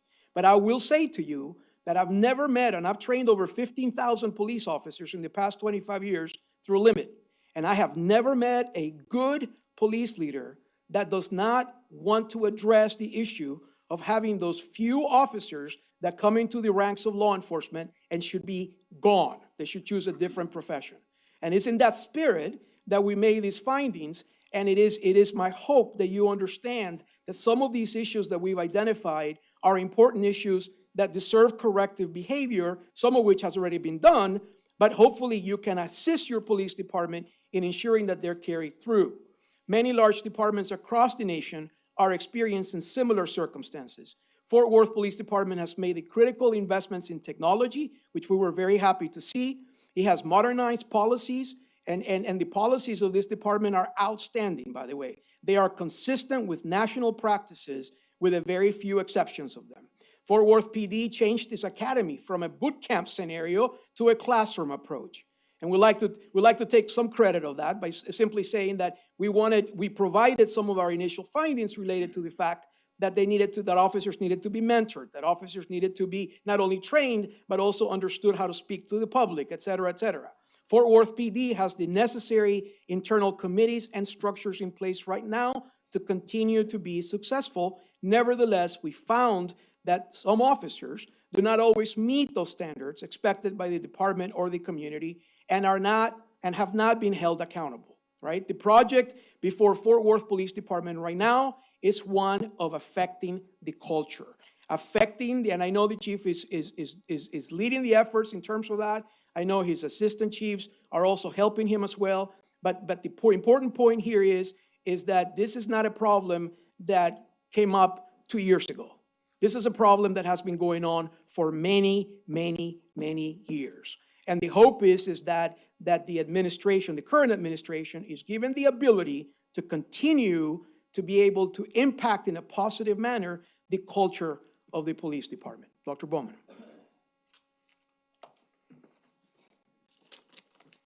He wants to come back here because the water's here, just so you know. Thank you, Dr. Del Carmen. You know, I have the opportunity to present with Dr. Del Carmen at a lot of different places, and today is no exception. I think it's ironic that he usually gets to present the easy part, and he leaves me to present the recommendations, the conclusions, and the harder part. So we're partners in this, but my part, I think, is a little bit more difficult. But nevertheless, we're honored to have the opportunity to talk to you today, and I'll spend some time talking about what we observed and also what we recommend. Now, the first area is in terms of use of force. It's important to know that when a police department decides to undergo change, they typically will start by constructing a policy that has the language that they expect the officers and the department to adhere to. The policy is then followed by training the officers, training the personnel on what the policy says and what the policy requires, so that they will know that the employees have the requisite knowledge to actually enact what the policy requires. After the policy is written, the training occurs, then the policy is implemented within the agency. And after the implementation of the policy, typically an agency will have systems for accountability where they'll know and understand the extent to which these policies are enacted and adhered to by the rank and file in the agency. They'll have audits, they'll have reports, they'll have checklists, they'll have a number of mechanisms in place or systems in place to understand the connection between what's happening in the street and what the policy is saying on paper. And so when we look at this issue of use of force, we see that the Fort Worth PD has taken steps to strengthen its use of force policies, as well as the use of force training and the review processes on use of force. But what we find is that this body of effective policy, of good policy, along with the training, typically isn't followed by robust accountability systems. What does that mean? Well, supervisors have to hold the employees accountable for following policies. Supervisors have to make sure that what they are seeing on the street, and when they review these forms and documents and body-worn camera videos, that if they see conduct that's inconsistent with the policy and the training, they call this to the department's attention. And they take the necessary remedial measures, whether that be verbally notifying the officers to embrace the change, changing the training, or changing something else in the agency. Typically, an agency must know that the conduct on the street follows the policy and the training. But what we find here in terms of use of force, that is not always the case. So without this accountability piece, the policy is typically not translated into action. And so looking at de-escalation and use of force, what we find is that, one, there are significant numbers of incidents of officers failing to de-escalate encounters or engaging in conduct that escalates. What does that mean to the layman? What it means is that quite often, not in every case, and not even, I would say not even in most cases, but in a significant number of cases, we saw officers initiate contact with the person using profanity, using some aggressive language, initiating contact in a way that would tend to escalate the situation versus de-escalate. And when we say de-escalate, we mean to bring it down, to reduce the need to use force, to result in an interaction that typically does not require that officers use more force than is necessary to bring the incident to a safe conclusion.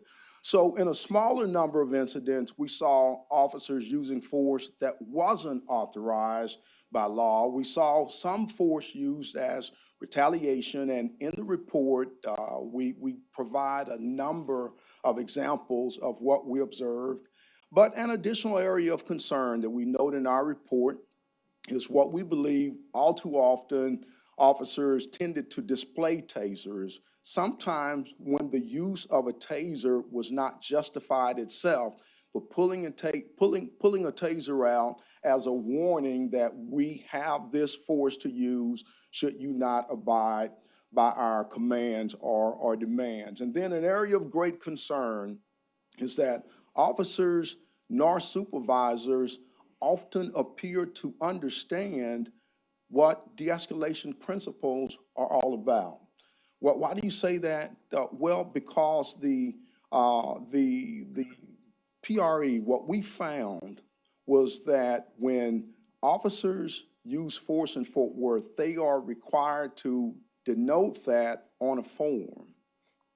And chain of command supervisors or internal affairs or other entities within the department are charged with reviewing uses of force by police officers here.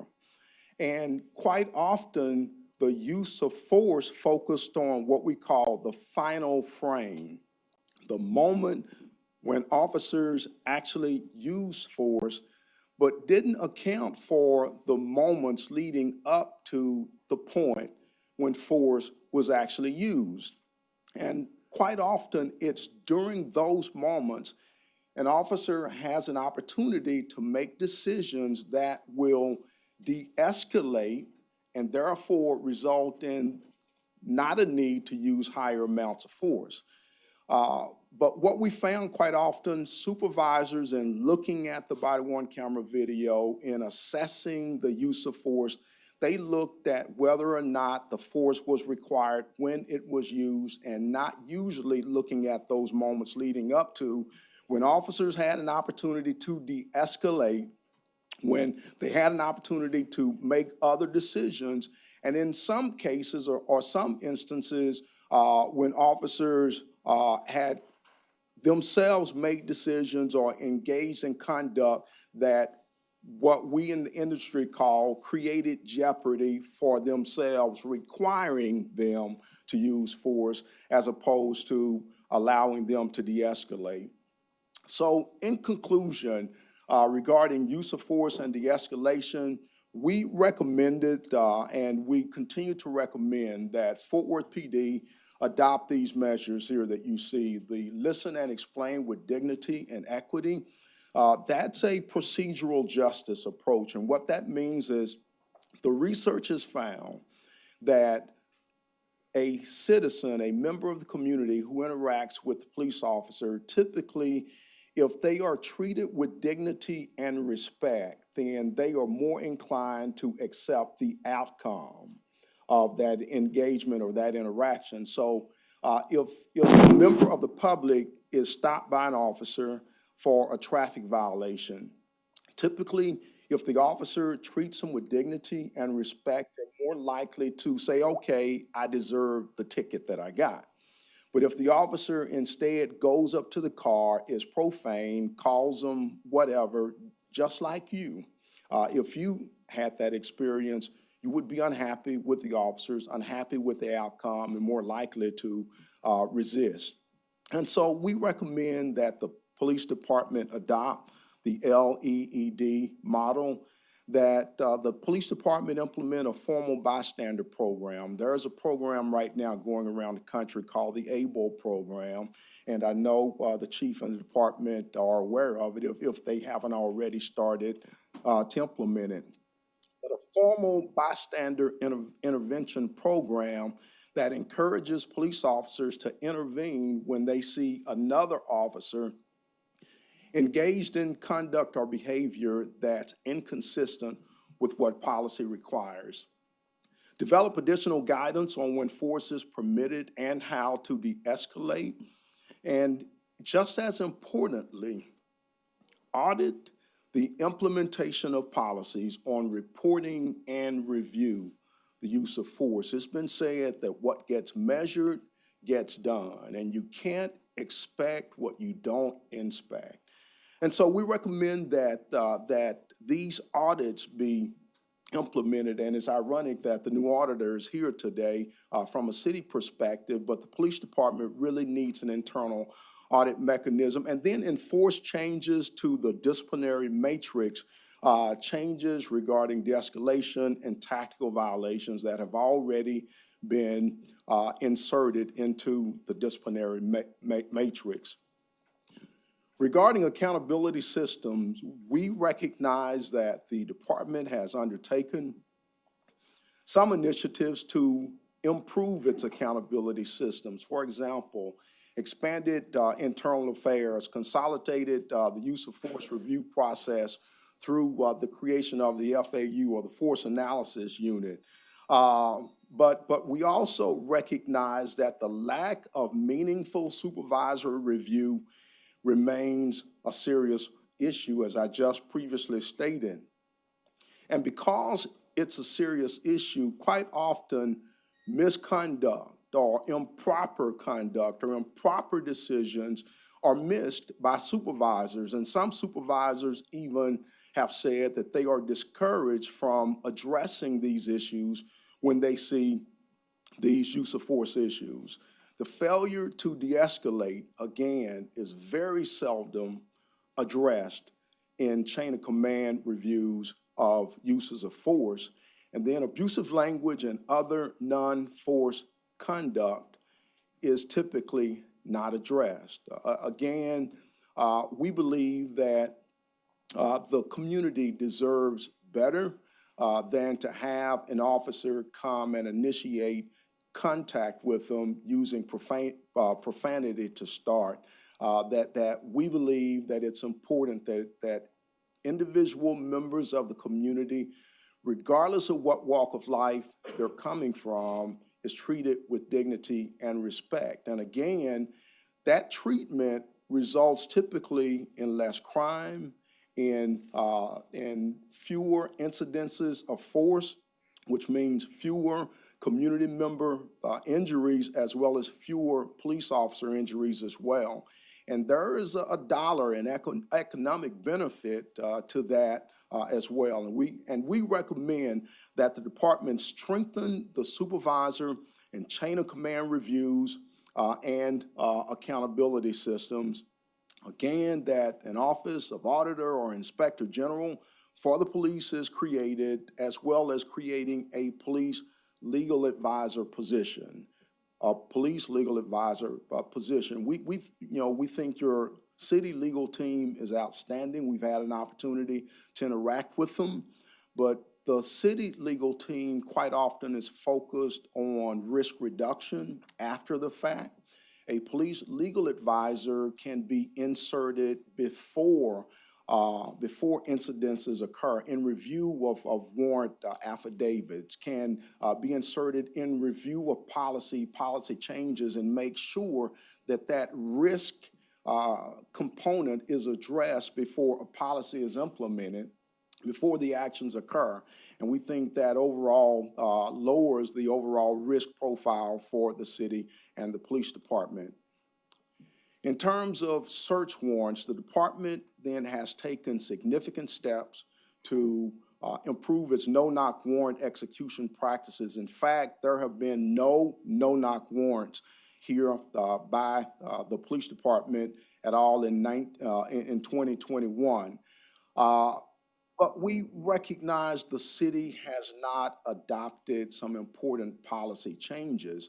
So although there have been no no-knock warrants executed, some of the requirements for no-knock and knock-and-announce warrants that we detail in the report have not been delineated in policy. And quite often, if it doesn't exist in policy, then it doesn't exist.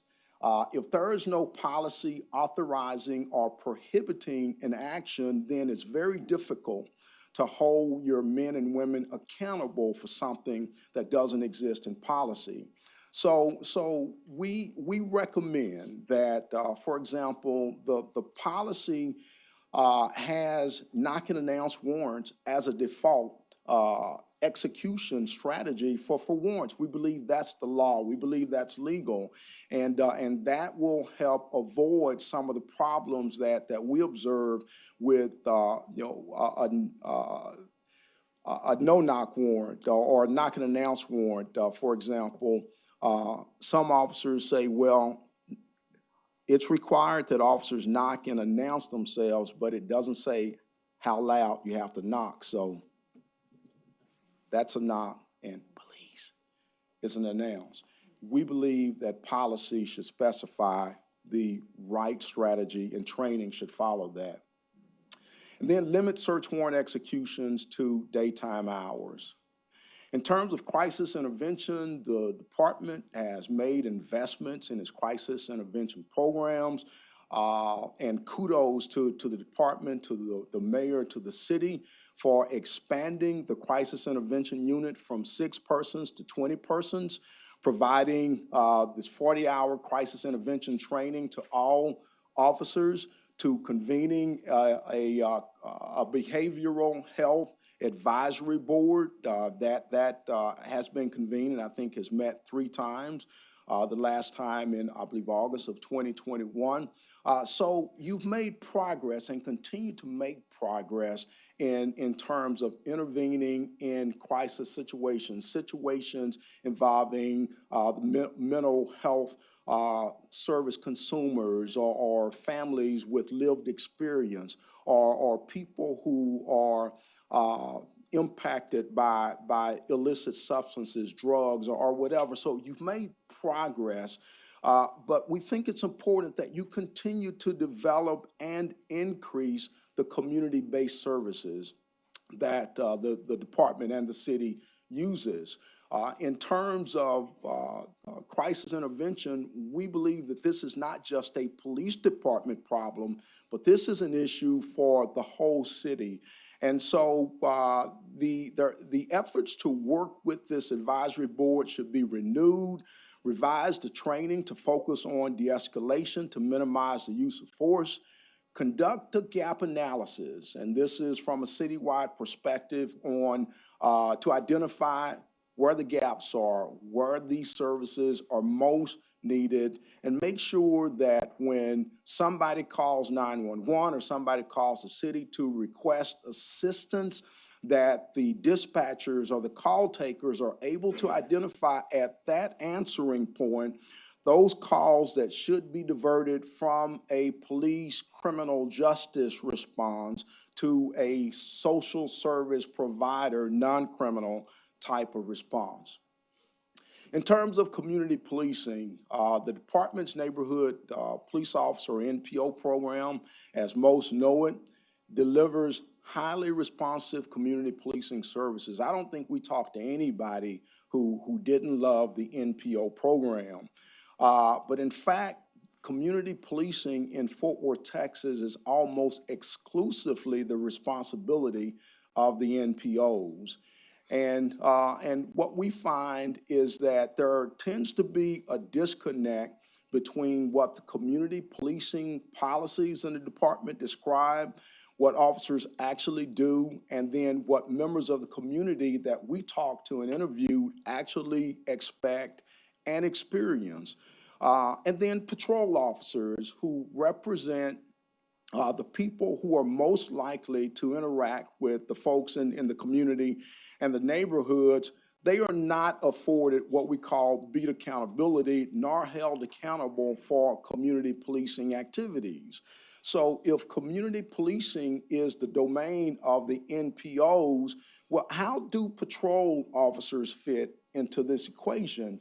What members in the community that we talk to, what they said is, we want to know the officers who patrol our neighborhood. We want to know who they are. We want to know something about them. We want to know who's interacting with us. By and large, we found members of the community want a good relationship with the Fort Worth Police and the police officers in their neighborhoods. They know the NPOs.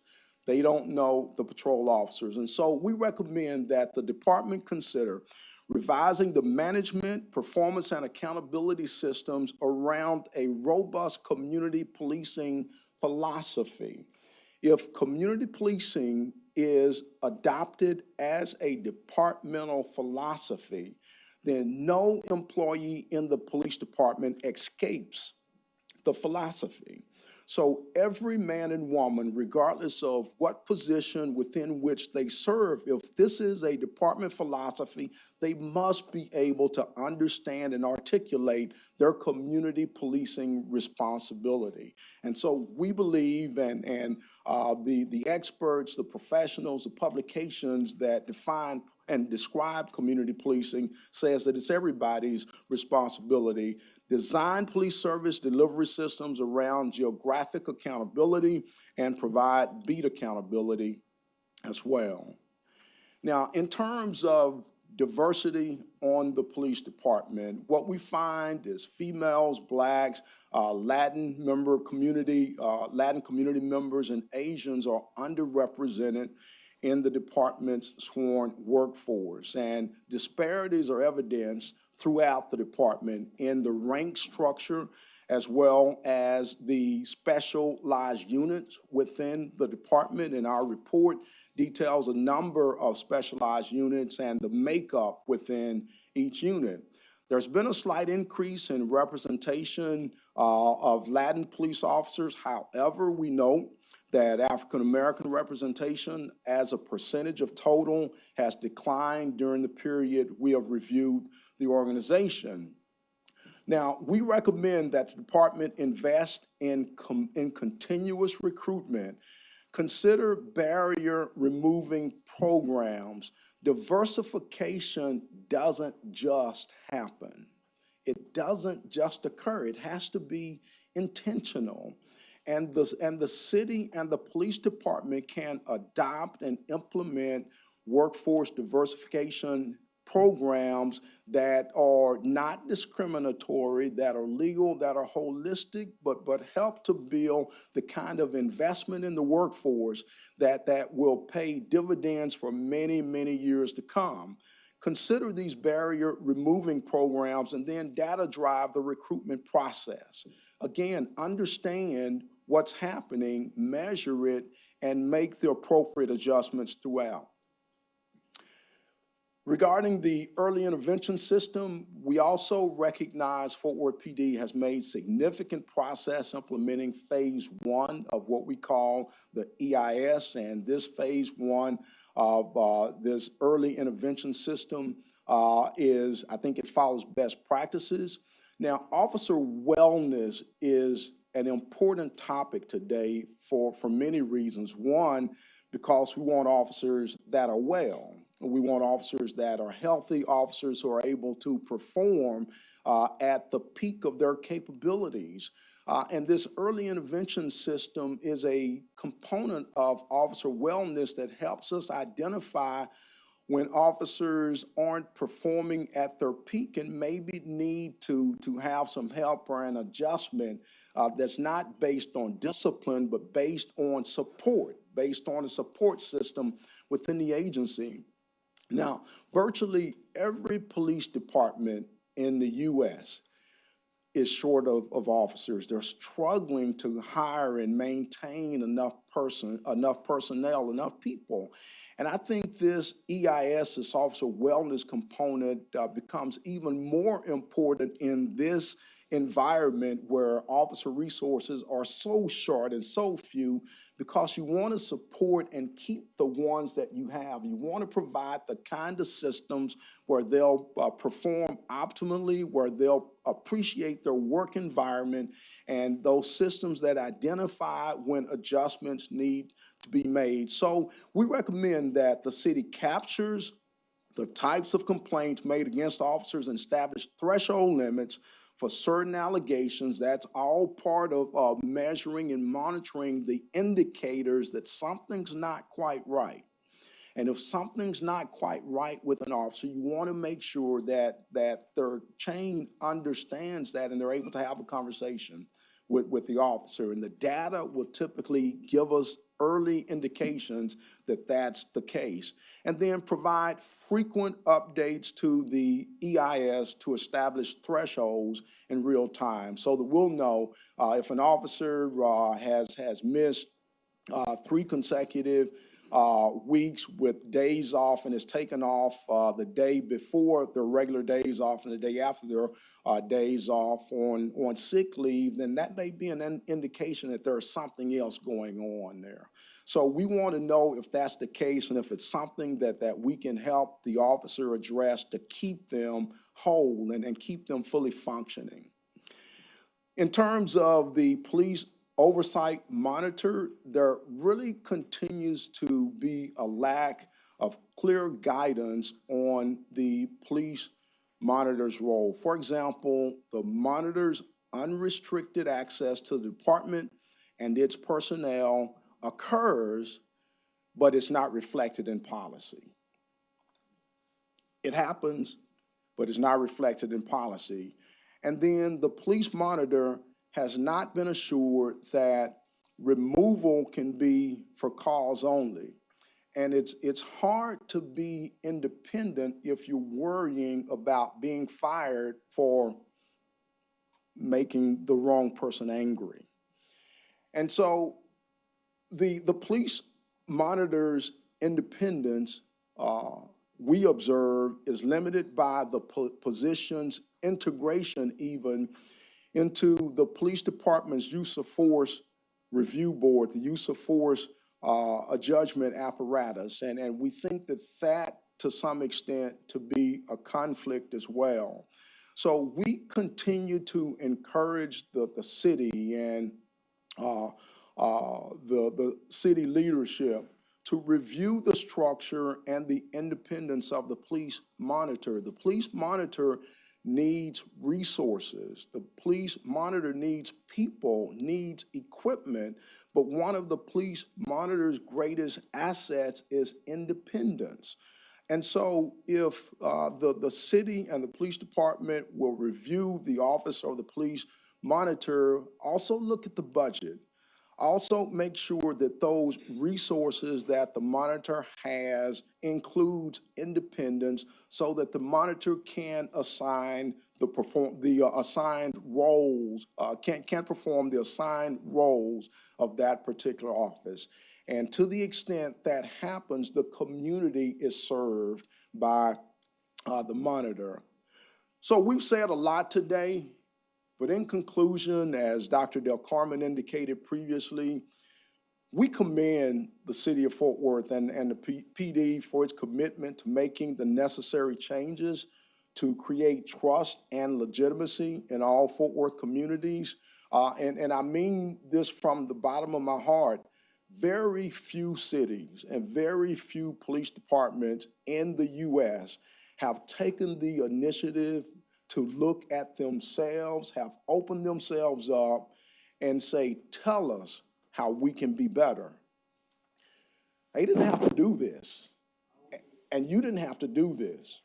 And that says a ton to the other 15,000 police departments out there. A lot of them don't care how they're perceived by the community.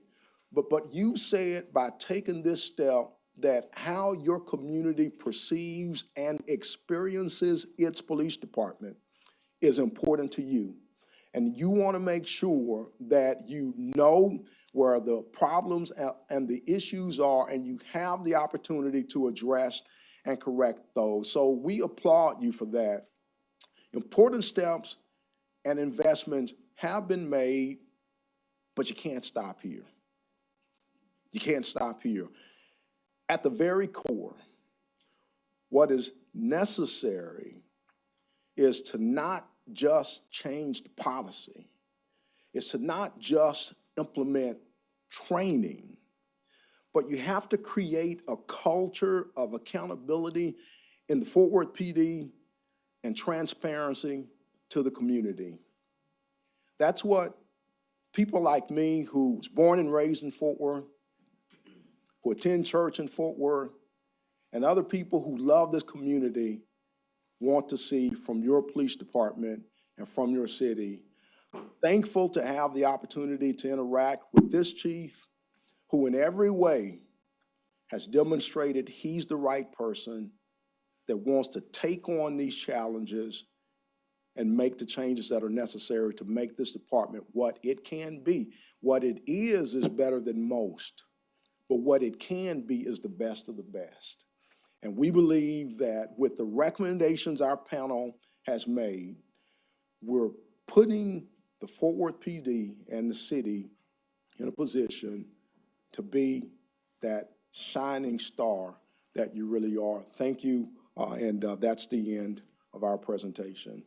We'll take on any questions, Dr. Del Carmen. Thank you, Chief Doctor.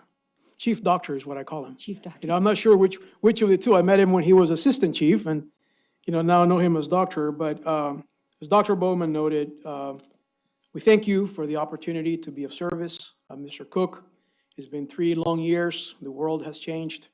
We appreciate the ability of being able to make a contribution, and I know you're going to hear from the chief in a bit, but if you have any questions for us, the report, I know it's long, and we're local, so we're happy to come back and talk to you about any aspects of the report if that is your choosing. Thanks, Alex. Carlos, go ahead. Thank you both, doctors, for that presentation. It's a lot to digest. I wrote down some notes. I'll probably have some more questions thereafter, but one of my takeaways after reading the report was that as an institution, you know, policing has been around a long time, a very long time. And because of that established history, you know, institutions like that, they require time to change, to react. It's not going to be anything overnight. Your comments both alluded to that. Again, and I understand the need for continued change. The operative word being continued. You have both acknowledged that steps have been taken, you know, to change the culture at the police department. And when I say culture, you know, some of the things that you included were, you know, use of force, you know, de-escalation training, et cetera.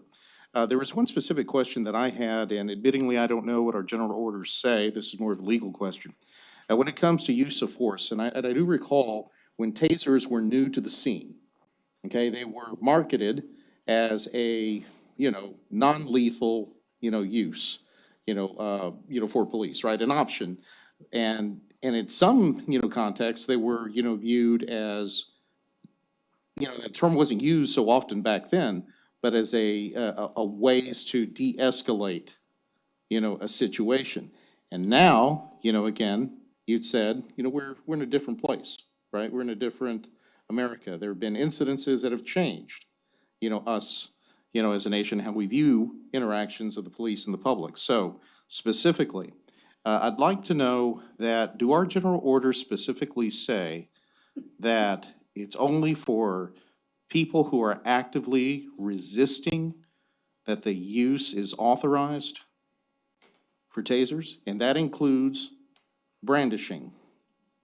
Yeah, I think that's a question for the chief, and I'm going to step away here. Let him answer that. Mayor and Council, Neil Noakes, Chief of Police, Forward Police Department. It's an interesting dynamic you bring up when we talk about when tasers were first brought out into policing. The belief at the time was if you showed your taser and it made someone not show aggression, that it did its job. And we found even pulling a firearm was not as effective as pulling a taser. People didn't want to be tased. But what we're finding now, and we find through years of use, years of training, years of policy and feedback from community members and professionals like this, what we thought was not accurate. This was something in the policing profession that was even tracked, was just the display effective. Well, understanding now that that display actually escalates the situation, that's the opposite of what we want to do. And we have updated our policies when it comes to taser. My apologies, I can't quote that to you word for word. We can get you a copy of that. But we're making sure officers are using their taser in the appropriate ways and not just brandishing it to show that they have that force. Okay. And Chief, while you're up there, you may be a good person to answer this. you gentlemen brought it up. An interesting point of feedback that you got from the public in terms of wanting to know their patrol officers, knowing, our current force levels and how difficult it is at times to have adequate coverage. And I'm not speaking, for you, Chief, but how do you do that? I mean, MPOs can come to crime prevention fairs, can come to neighborhood meetings, and they do. They do take time for that. And those are good opportunities for, the folks that do live in the neighborhoods to know who their, neighborhood patrol officers are. But when it comes to patrol, that's a different animal altogether. And while, generally I'm supportive of the idea, how do you implement that and not impact, your primary duty, which is to be out there and make sure that things, stay orderly and people are safe? How do you do that? Sure, I'll address it first. The chief may want to comment on this as well. It starts from a patrol perspective with implementing what we refer to as beat accountability. That's assigning the same officers to the same area day in and day out, so that people who live in that area have a chance to, when they interact with them, have a chance to meet them, have a chance to see them, become familiar with them face to face. The officers do the same. They learn the members of the community, who's who, what's what. They also learn a lot about the intricacies within the neighborhoods and are able to address those intimacies and intricacies. But it starts with beat accountability, trying to assign the same people, the same areas, day in and day out in between the, in between the patrol bid period.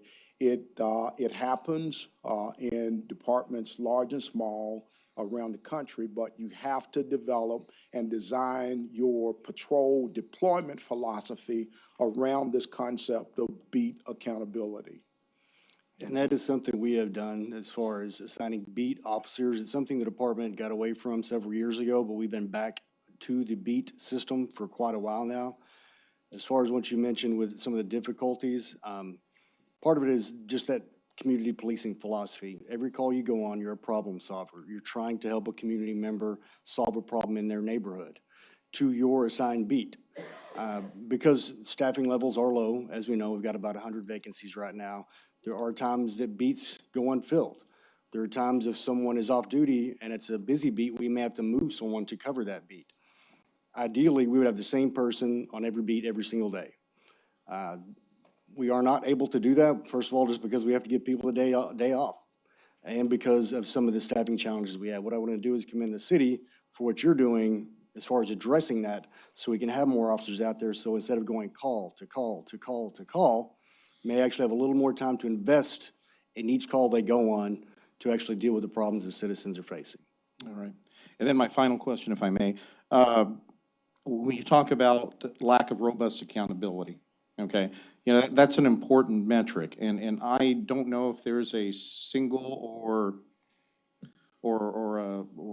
a short list number of things that impede that from happening. I think our police officers do want to do the right thing and do endeavor to do the right thing, but what are the obstacles there? Is it administrative? Is it a mountain of paperwork that you'd have to go through? Because it's it's one thing to say, well, okay, you lack robust accountability, or it could be better. All right, well, with that said, how do you implement it? I mean, you mentioned one thing, the use of audits, for example, to check use of force patterns of noncompliance. Are those two related? Is that what you're talking about, or am I missing something else? I would say they are cousins. Accountability starts with supervisors who conduct reviews of offense reports, reviews of police officer documents, reviews of body-worn camera videos, that when they see conduct or behavior that's not consistent with what policy requires, that they call that out, that they address that with the officer or with the shift or in whatever ways are appropriate. What we see more often than not is when we, the committee, have seen misconduct or improper tactics applied to a use of force, we recognize that there has been an internal review process where the supervisors, where the chain of command has reviewed this and nobody said anything about what we saw. So we believe that when supervisors see conduct that should be addressed or changed, it starts with them addressing it, with the city, with the police department, having a formal system for supervisors to hold officers accountable, and then supervisors themselves be held accountable when they are not properly applying accountability measures. Now, one of the problems that we found that does impact this is the city has very good data systems, but the systems aren't used to the extent of their capabilities. And so a lot of what can be known is not known because the data systems and the data within the systems aren't properly addressed and consumed. And so the use of data systems can, the existing systems without investing in new systems can actually enhance the accountability that's applied by the chains of command and the supervision. So that's one example of what can be done to address this. All right, thank you, sir. Thank you, Chief. I think Gina had one, and then Alan and Chris. Chris was next. We'll just go around the table. Gina, go ahead. Dr. Bowman, good to see you again. And you just took away my decision to use your words, and you used them again. But when we've got these systems in place that are not being used, is it practical to think an employee charged with that responsibility could be a PD employee? Or could this be a Six Sigma black belt somewhere else? Data still has to come in, but I just sense the air of intimidation if you put that person in PD. So that's one question. Tied to that, I tag team with the chief. Chief, is there any type of penalty, discipline for when an officer fails to activate the body camera? And if so, I'm assuming there is, do the penalties sync with the damages a citizen may have experienced? And so I'll go to Dr. Bowman first, then the chief. Okay, in terms of the data systems, when we talk about systems, we have the hardware itself, the software, the application of the systems, and then we have the maintenance of the system. So there are a lot of different moving pieces to this. But they're all tied to PD. They're all tied to PD. What we find are better practices is when the police department actually has its own internal IT team to help manage the systems that are operating in the police department. Now, I talked earlier about an audit, and the audit should audit to see if the police department is using these systems that it has. What data does it have? To what extent are they using these systems and these data? And then the audit can call out the differences between system availability and the employment or the deployment of those systems in the police department. So I think it's a better practice to have the police department with internal capabilities to manage these systems, but you have to have an audit function that's always checking to see the extent to which these systems are used. Now, what's the best city? I know you mentioned Seattle and New Orleans. Where do you see this working the best? I don't want to say I see cities like where I see good interaction or good IT engagement. Louisville, Kentucky is one, but that also has a combined city police department IT function, and they have kind of equal responsibility for what happens there. New Orleans, to, I think to a lesser extent, have done some innovative work with IT and planning, I think would be benefit to look at. And a handful of others. Okay. Chief? And one thing I'll say as far as being able to use other resources when it comes to integrating data, using data wisely, City Manager Cook has been good about promoting the use of planning and data analytics. Don't forget my question. I'm sorry? Don't forget my I won't. Okay. I won't. Using planning and data analytics in partnership with our internal team and also with the audit department within the city. As far as not using body cameras, yes, there is a policy on that, and the disciplinary options range depending on, maybe it's the first time, maybe it's a coaching session. But we document each one of those that happens, and it becomes a pattern of behavior. That's something we have to address with something all the way up to days off if necessary. Yeah, I saw that range that you gave, but I guess the concern I have is in several cases, you have friends supervising friends behaving badly. And I don't know what you do so that we get more data poured into this reporting so that these audits that we're going to see conducted more become reality. One of the things we've done is not only through the use of force review board, but this new force analysis unit added a level up of objectivity. So we're talking about lieutenants within the department who are not directly supervising the officers that are involved in these potential uses of force. So say it's someone who's a friend who may want to try to do their friend a favor, which we hope doesn't happen, but let's be honest, it could happen. This adds a different layer of accountability, a different layer of objectivity to that review. Well, I got just one more question for this round, and this involves diversity. And recently, I think Councilmember Nettles and I were included on an email from a former officer where we were being invited to a meeting to discuss a real concern about diversity being encroached upon. That meeting did not take place, but it turns out the concern was stemming from something from legal. I don't know those details because I didn't go deep into that. It's not my business. But when we're talking about diversity, there was some type of directive or advisement from one of our lawyers that dealt with the language of diversity and recruiting in police. Does that ring a bell with anybody? Yes, ma'am, it does. Tell me about it. So we had the city attorney's office reach out, a member of the department who's no longer with them now, but reached out to advise us that the policy we had for diversity was actually in violation of federal law. The policy we had, not in a way that we were disparaging to any protected class, but maybe showing favoritism to protected classes. And just like you cannot discriminate based on a protected class, you can't show the preferential treatment either. I love the way the policy was written. It was seemed very intentional as far as our commitment to increasing diversity in the department.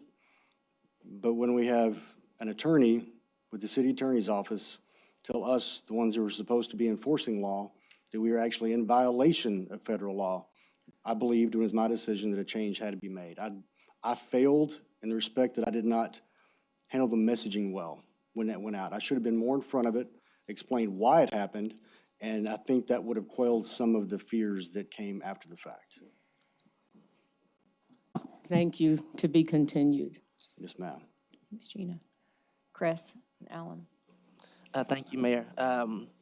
Thank you guys for this report. And I have a couple of comments I want to say, because when I look into this room, and we have had a lot of workshops on police equipment, Exxon, and all these different types. And I believe it was the Exxon, and this room was full of officers, standing room only.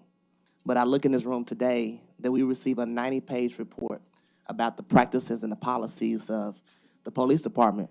And I can probably count on hand how many officers here today. It's not good. I think if we're gonna get a report that talks about the practices of police officers, we should have a room full of police officers today. That's just my take on that. When I look at this report, because you guys haven't seen it, But I'm looking at it, it's a 90-page report, talks about de-escalations, and I want to read a couple things before I ask a question, because it's about some of the things that you guys talked about. It says de-escalation, some of the officers feel that when they show up to a scene, that that's their form of de-escalation, just their presence alone. Some of the practices should be acts by followed with commands. It says video footage talks about and confirms that true de-escalation was not the uniform practice. And just to give some context to that, we see officers every day in their uniform because they have to wear their uniform in order to do their job. And so when you have these practices that are not uniform practices, that means they don't come to work with these practices to do the things that are laid out in policy. So there are some policies that are in place, but just not practiced. I think that's kind of what I received from your report. Am I taking that right? Yeah, so, yes. So part of it is the accountability component, as Dr. Bowman suggested, right? That needs to be a pretty substantial part of where the police department goes forward. But I want to kind of backtrack a little bit and give people a historical context of this. Law enforcement has changed over the years, and we know that on May 25th, 2020, when George Floyd died, it really did move some things around the country. And one of the things that many experts, many of us that have been working on police reform and inventories on use of force and whatnot, many of us began to perhaps allow the historical opportunity to propagate the following. I think some of the council members like quotes, so I'm going to give you one, and that is, just because you can, it doesn't mean that you should. And what I mean by that is that, and I think this is what Dr. Bowman and I were referring to earlier, is the idea that when you review an escalation or de-escalation component or practice, if the standard is, was it legal? Was it allowed by policy? All those check marks are there. I mean, to that extent, the job of the supervisor is being done. However, the question should be, was this necessary? Right? Because in many of those circumstances, if you look back at, many of the individuals that have ended up dying in police custody or dying as a result of an officer-initiated, component, many of those individuals, the issue was escalated to a level that the officer ended up using lethal force. And some of us kind of scratch our heads, not in Fort Worth, just throughout the country, scratch our heads and say, how can this be? How can we get to a point where for selling,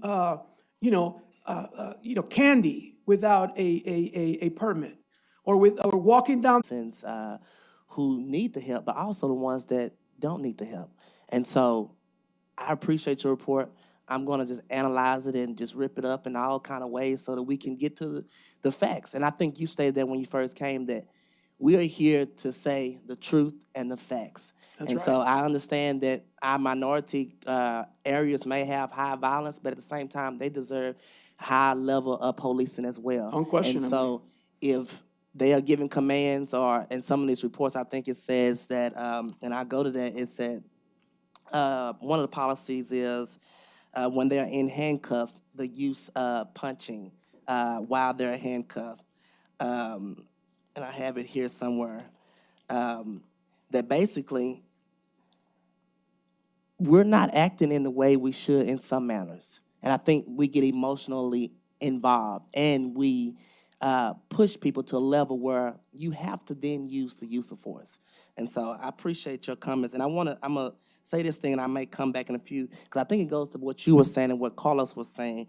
It says on page 49, generally the supervisors note use of foul language as a policy violation in their administrative review, but responded by talking to the officer only.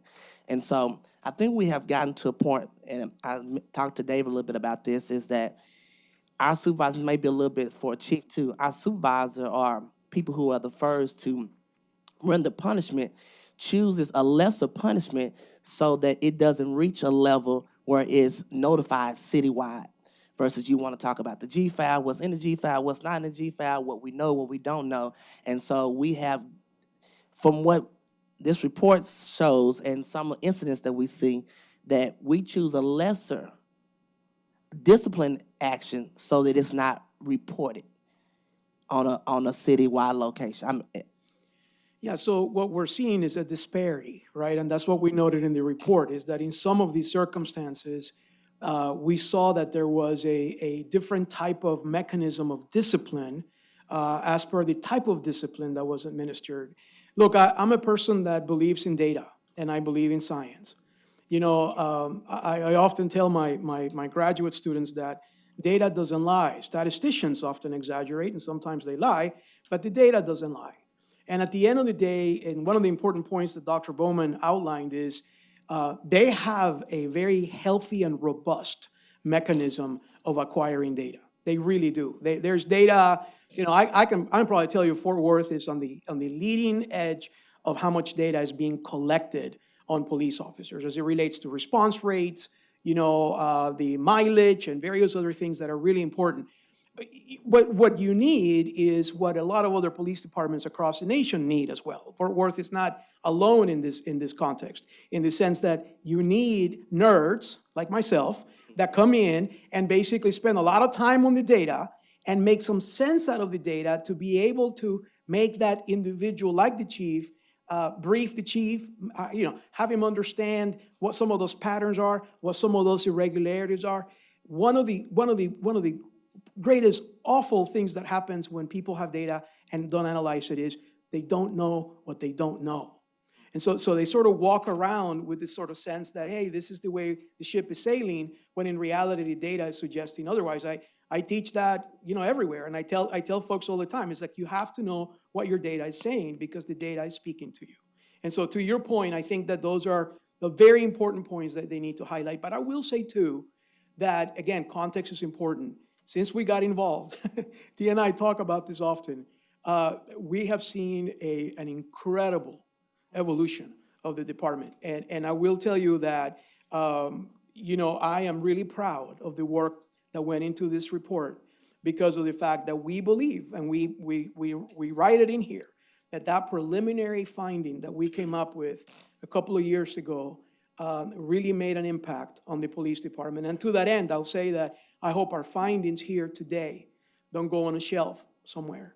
And I know the chief is taking them seriously. I know his command staff will as well. But I hope you all help them out to get to that point because they need y'all's help. I know I'm a citizen. I'm here as a consultant. I don't have a political beef, nor do I know you politically, right? And one of the benefits of being tenured in the academic world is that you can say whatever the hell you want, and you can kind of walk away and still have a job, right? And I certainly benefit from that often.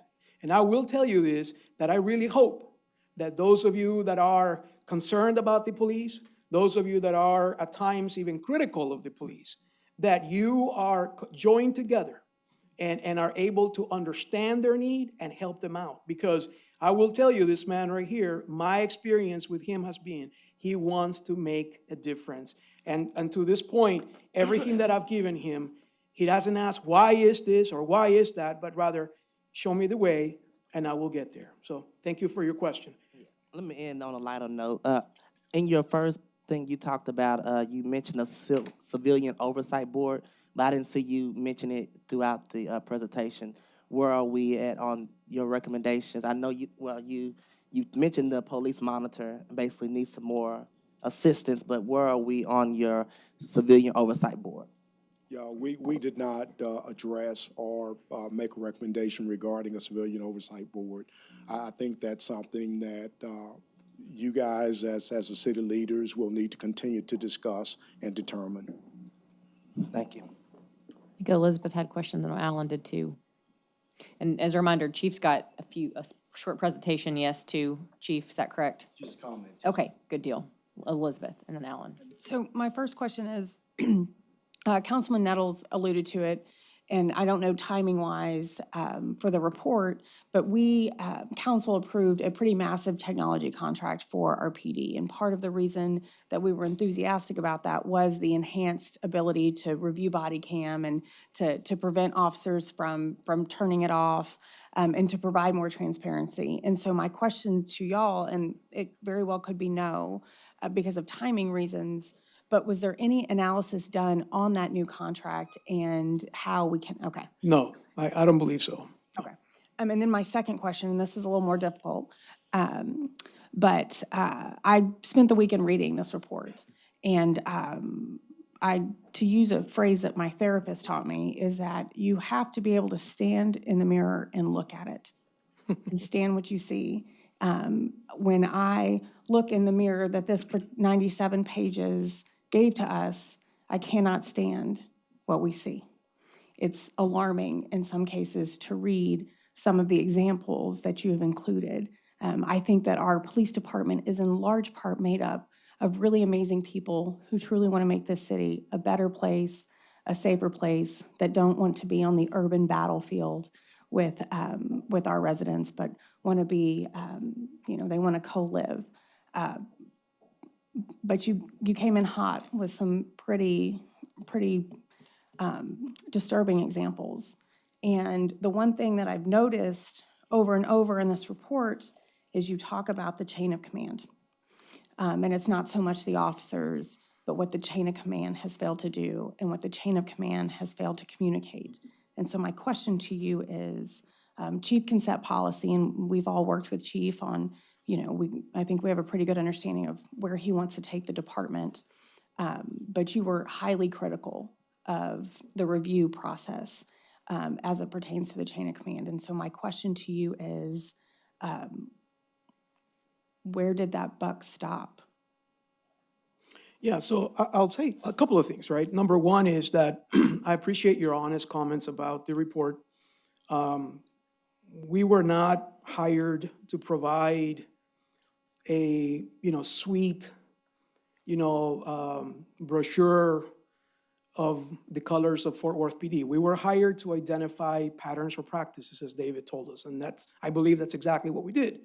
Having said that, when I noted in one of my comments earlier that this has been an issue that has been going on in this police department for many, many years. This is not something new. This is not something that was, when we talk about leadership, when we first engaged with the city and when we started our work at that point, we had a fairly new chief of police that had inherited a police department from a predecessor and predecessors that essentially, in some cases, did not hold their people accountable. And I'll go on the record saying that. And I think it's unfortunate that sometimes those that want to make an effort to change pay for the sins of those from the past. Having said that, our responsibility was to note it, to indicate it, to say that it's there, so that the chief here can have a roadmap as to where to go from that point forward. In the studies of law enforcement, which I've been part of for 25 years, I can tell you that, no offense to any of the brass that is in here, but the most important rank in law enforcement is that of the sergeant. The most important rank. The sergeant is the person that is coaching, mentoring, supervising, and holding that officer accountable. If you look across the country, when you have a strong police department, it's when you have very strong sergeants. When you have a diversification in the workforce of sergeants. When we talk about the chain of command, we're basically telling you that the policies are fantastic. In writing, y'all are great.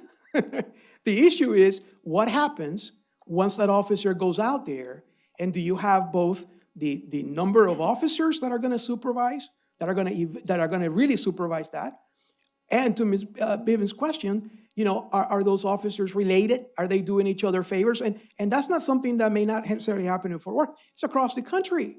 By the way, those favors and those friendships end once the city gets sued. Because lawsuits don't have friends, they have interest. And so I will say to you that what I have found over the years is that there needs to be that level of accountability, not only from the chief's perspective and from the assistant chiefs, I personally believe that he's holding people accountable. I'm just telling you that in terms of what's happening and what he's inherited over the years needs to be addressed. And Dr. Bowman, I don't know if you want to add to that. Yeah, sure. You ask, where does the buck stop? Really and truly, right there at your table, stops with you. This man, the chief, can make decisions to hold his chain of command accountable. But if what he does upsets the union and the union goes to you and makes your life difficult, and then you in turn make the city manager's life difficult, and the city manager, it rolls downhill, then it's very hard for the chief to make lasting, permanent cultural changes in an agency unless the chief has the support all the way up through you.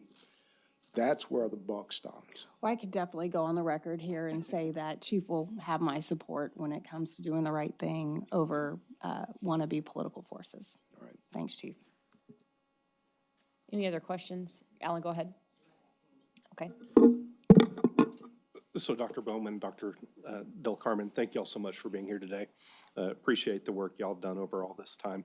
I have just a couple of quick observations through the report I'd like you to elaborate on. And on page 25, we note that, and these are just general comment, despite, observing policy change, it's noted that there's little meaningful movement has been seen, which is causing concern in the report of form over substance. And then we have the issue of the no-knock warrants where, there has been no policy change, but we note that we're not doing them anymore. So I kind of look at that and say, I'm trying to reconcile it with page 12 and the scope of the final report, where it's highlighted that not being able to meet in person, observe trainings, or conduct ride-alongs influenced, or they would have provided important information and insights, which would have influenced the report. And so I kind of have the same concern there. Do we have form versus substance issues? And I really get that concern because over the last couple of years, we know that Chief Noakes and his predecessor have been making changes. And are those adequately reflected now? Or what's your feel on those moving forward? And hopefully Chief can talk about positive changes he's made as well. Yeah, so I think we had limitations unquestionably, as we noted earlier. One of the greatest tools that we police experts have is body cams and dash cam video, because it puts us right in front of the officer and right by the officer's side. We've also reviewed thousands upon thousands of data points that we can come up with those conclusions fairly adequately and scientifically without ever setting foot on the actual location per se. I will say to you that as it relates to the latter part of your question, we believe that the department is headed in the right direction. We believe, as it relates to the chief, that he's taken it to that point of excellence that we want to see the department go towards. But I think our point in highlighting some of these findings is the fact that, the department needs assistance. And as Dr. Bowman noted, he can't do it alone. And I don't mean that as a political statement or anything like that. I'm just telling you that as a criminologist, that they need the funding. They need the ability of being able to go out there. You can't have two people to go recruit for the city of Fort Worth Police Department in the entire nation and expect diversity. I'm sorry, you just can't. So the idea is to have the physical presence and the economic backing to be able to do the great things that this department has done and can do. Chief, Dr. Bowman? Nothing more to add to that, yeah. Alan, another question? No. You're good? Anybody else? Yeah. Go ahead, Gina. And I hate to continue to be speaking, but this is very important. When you talk about recruitment, I will tell you, and you know this, but the absence of diversity on our specialized teams is really slowing down solving crime. If you have a crack house or you have a, what do you call them, a smoke shop or the game rooms going on in an inner city where you have people of color living. If you don't have a person of color on SWAT, that cop is made time he walks in the door. And so it behooves us all to try to do everything we can to recruit minority officers. And once again, I have offered to visit any HBCU. I think it's up to the chief to get a recruiting plan that gives us more than 2 people going over the 13th largest city looking for cops. So that's one thing I'll offer.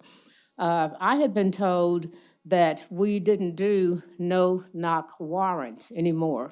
But after reading this report, I learned it's not that that's a policy. We just slowed down doing them to the point of March 2020, last one.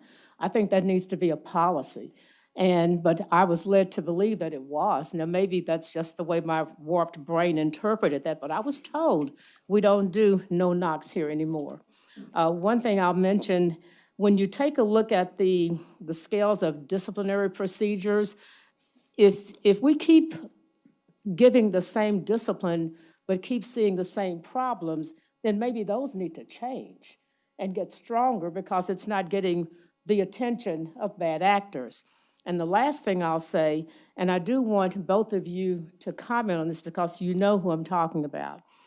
Back in the day, Chief Wyndham over here, Chief Click in Dallas, if they had a bad cop, shot, killed somebody, they'd fire him or her right then and there. Wouldn't get 24 hours. That was to send a signal to the community that felt the injury. That, and they knew that the union would bring those cops back, but they wanted to let the community know, we're looking out for you. That doesn't happen anymore. Is that not happening everywhere, or do you still see that? But I remember those days, and you do too.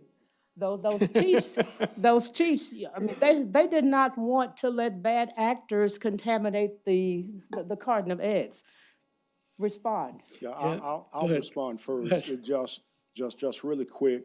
Chief Wyndham didn't have a meet and confer agreement to deal with. And so much of the restriction and constraints on the agency and even related to discipline is tied to the meet and confer agreement. So I was just going to say, I'm married to a lawyer, so I have to be careful with what I say, but I think it's the presence of lawyers, ma'am, and the abundance of them nowadays in police-related issues, so. Easy. That's right, I sure do. I may camp out here. Thank you. Thank you.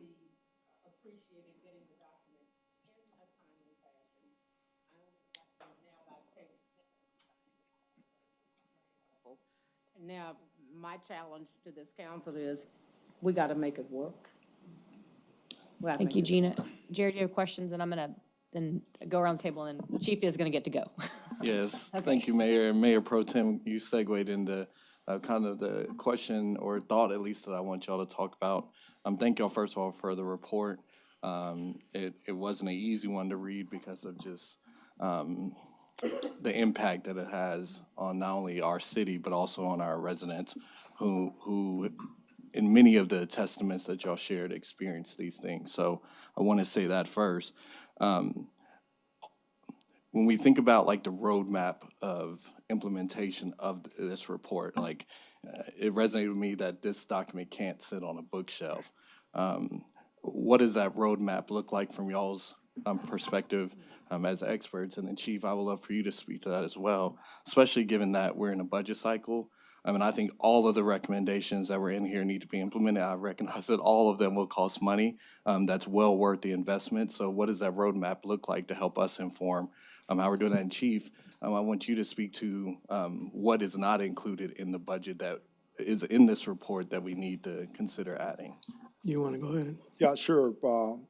Thank you for the question.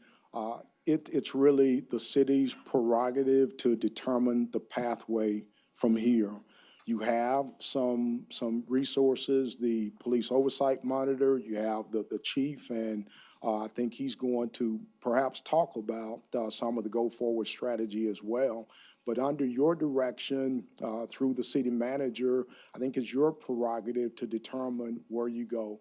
We believe we've set the table for you to make those decisions and to move the department forward.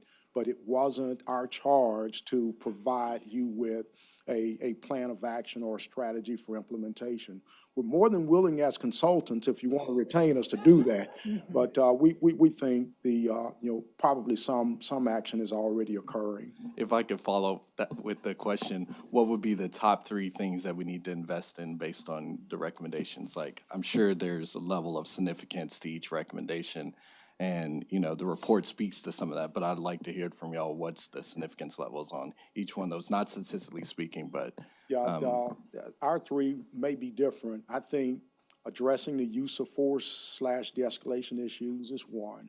The audit accountability piece would be 2, and then the robust data systems would be 3 for me. And I would agree with that 100%, except to say that the data system is probably number 2 in order of importance, because I've always believed that if you're not analyzing the data at the granular level, if it doesn't have people that are going to be analyzing the data, going over things on a daily basis with him and his command staff, you're just not going to be able to do much more than what he's doing right now. And with that data and audit component, is that one office like the Inspector General, or with Possibly.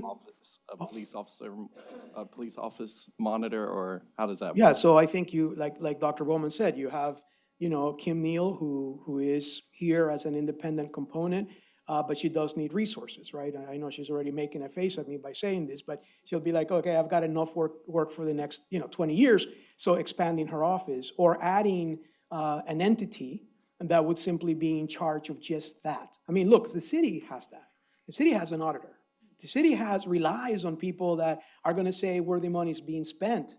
And so police departments, we're at a point right now throughout the nation that they need to have that outside entity that's going to look and say, hey, chief, because look, something happens right now, he's got to go.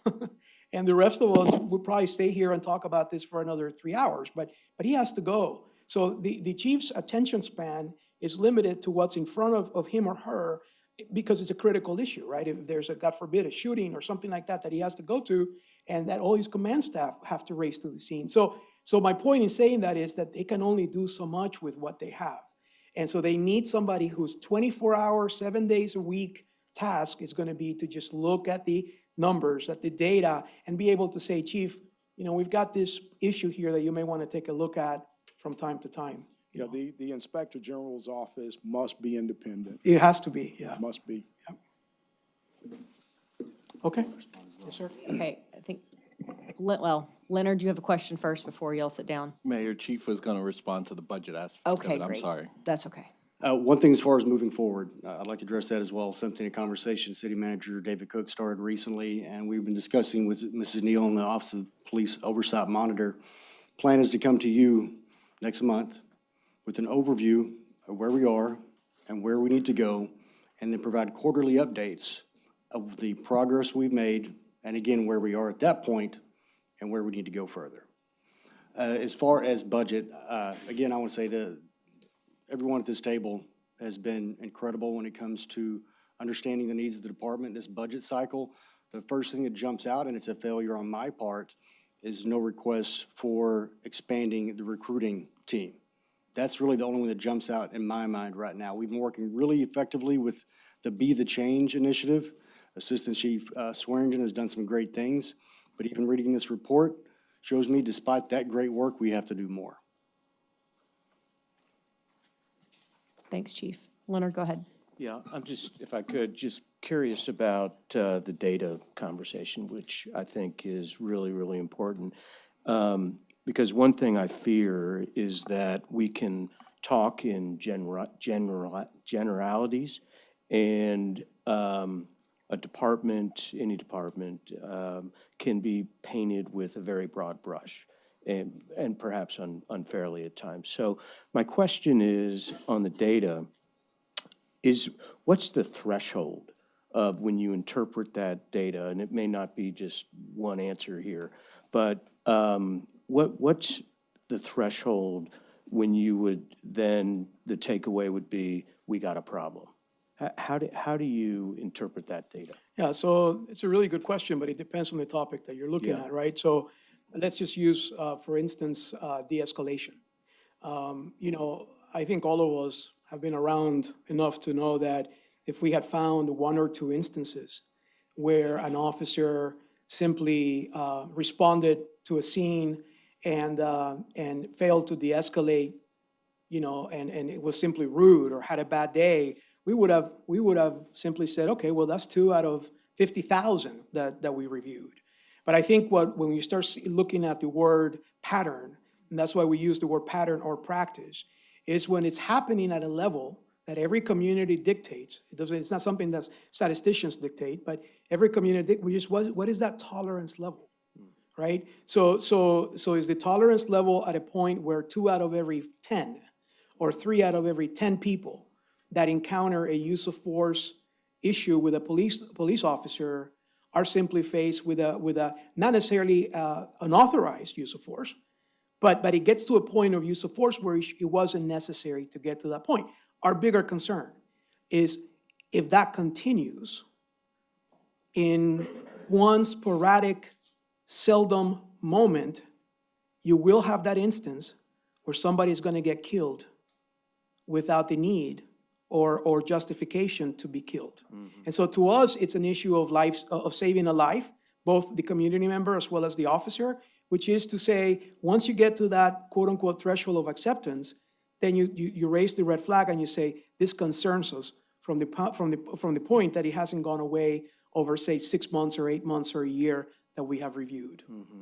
And how you would communicate, or the chief down the line communicate with us, is that a tool to use and language to use by saying, hey, in this use of force, currently we have 3 out of 10, or some qualifier that defines what's going on that we can then interpret and discuss if that is, how big a problem it is. Sure, and not only by virtue of numbers, but also by virtue of the context in which some of these incidents took place. Numbers are important.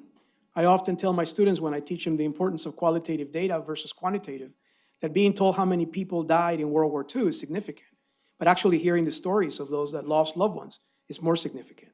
And so to that end, I would say to every person that encounters a police officer in Fort Worth that has an expectation that that encounter will be professional, ethical, and observance of the law, that is the standard that we all want to have among all of our police officers. But in addition to that, the bigger question, which is, was that use of force necessary and conducive of the incident that took place? And I think that carries a great deal of value, and to underrepresented communities, to poverty-stricken communities, that means the world to us, because we look at it from the standpoint of how is that encounter going to take place and what can we expect from police if we call 911.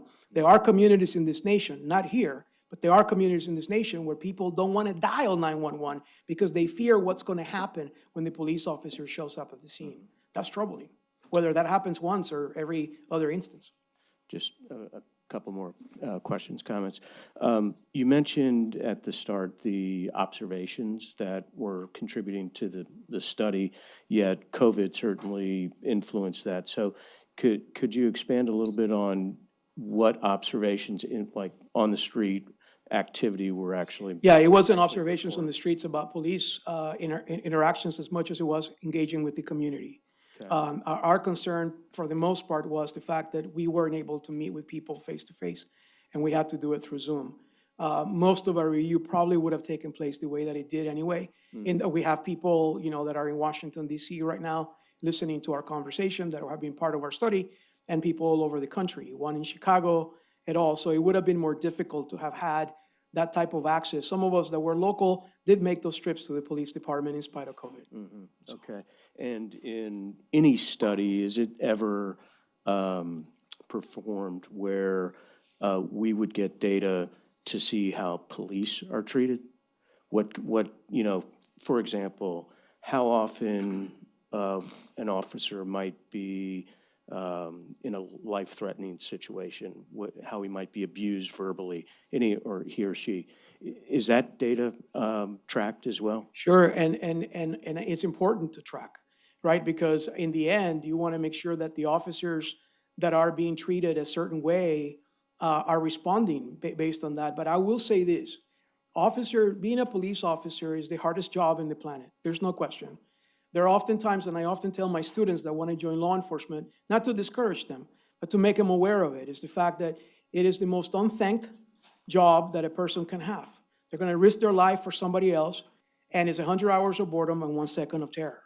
So believe me when I tell you, I understand that context, but in the end, we just feel that there are instances when police officers, their ego is being offended more than their safety, and actions are taken that are unnecessary. That's what we're highlighting in the report. That instances where we feel that the officer is a human being, maybe chasing somebody and maybe cursing at the fact that he just, maybe hurt his toe or ran onto a rock and said maybe a word that was not necessarily appropriate.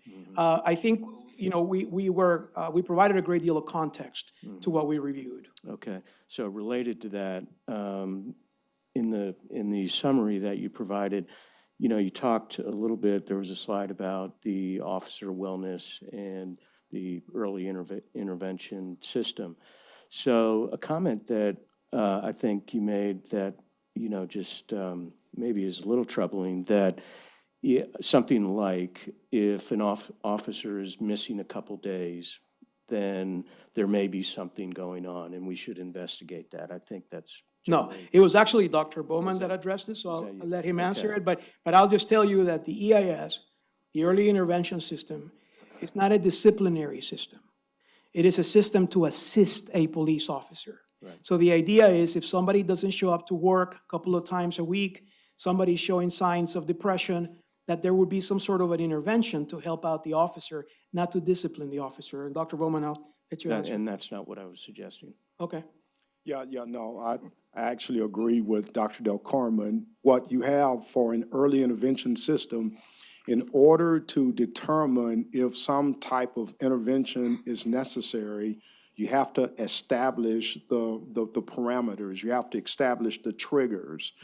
And what I said was an example of something that might be used as a trigger, simply as an example, not a recommendation. It could be consecutive days off missed. It could be multiple uses of force within a small time period. There are several different considerations for determining what the appropriate trigger would be. Yeah, and that's really my question, and maybe it's to Chief, that do we track that? Do we know if somebody in a given week has been in 10 life-threatening situations? Yes, we are tracking that as part of the early intervention system we have in place, which we're actually expanding on. And it's true, it's not a disciplinary system. It's meant to catch problems before they become big. And as far as the days off might go, so you have a stellar officer day in and day out, at work, on time, no complaints, does a great job, engages with the community, engages with fellow officers, and suddenly calls off sick a lot. Maybe he's got some complaints for rudeness. Things that are out of the ordinary for the officer, that is a trigger when those thresholds are met for that supervisor to reach out and say, is everything okay? Are there any resources you need? Is there something that's affecting your work or your work-life balance? And it's a way to engage with that officer to prevent it from ever turning into something bad in the first place. So as a policy, do we have a policy, or have you ever considered it, that if an officer has 10 situations that you could qualify as perhaps incredibly stressful, that we just say, you know what, you've reached this number, you need to take X amount of time off, and be proactive that way, not ask them if they're okay or if something's going on. We just say, you know what, you've hit the limit, you need to take some time off. Now, there are certain incidents, certain critical police incidents where that mandatory time off already takes place.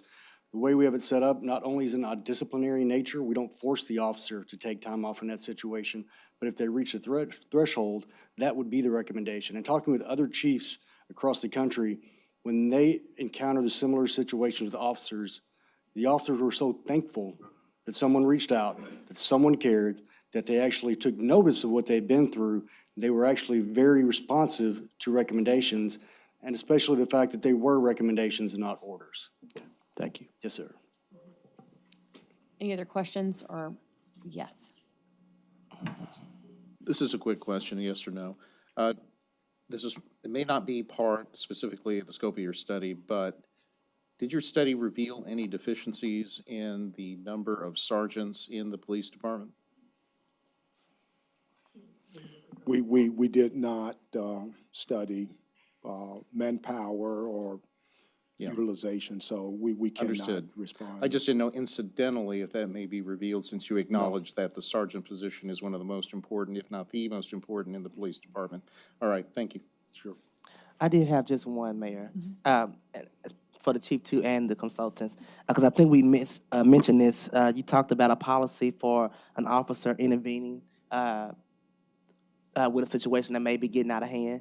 And so I kind of want to know, how does that look if we have a policy, we don't have policy? Because maybe officer comes on and the officer who takes the call wants to control the narrative of what happens, and there's another officer. How can they stop an officer if they're on the same level?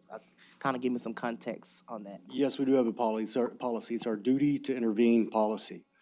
And regardless of rank, regardless of tenure, regardless of anything, if one officer observes another officer engaging in conduct that they should not, two things are required.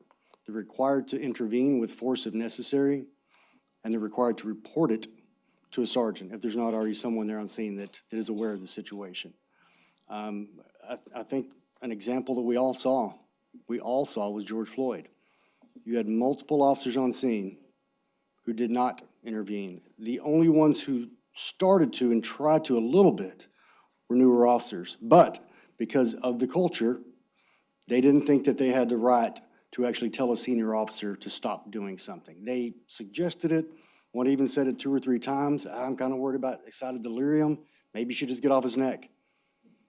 What we're requiring is if an officer sees that and an officer says that, they're to push that officer off that person if they have to. And one of the best ways we're dealing with that, I mentioned this before, in 2015, there's the final report of the Task Force on 21st Century Policing, which was commissioned by then President Obama. One of the things he found, this commission found, in training, the future of training in police departments is scenario-based training. It's not sitting and looking at a PowerPoint. It's not sitting and listening to a lecture. It's actually setting up realistic training so that your body experiences the same physiological responses you would feel if you were in the community actually doing it. Because when you're encountered with that situation in the community, you don't think, man, I saw a PowerPoint about this. You don't think about that. But if you've gone through the training, you felt that physiologically, your body says, I've done this, I remember this, and automatically responds. Part of our training for officers and through our continuing education for current officers is this duty to intervene, where they actually have to take action and, if necessary, put hands on another officer to make sure they stop whatever action it is they're trying to stop. And if they don't intervene, is there a consequence? Yes, sir. Okay. Any other questions?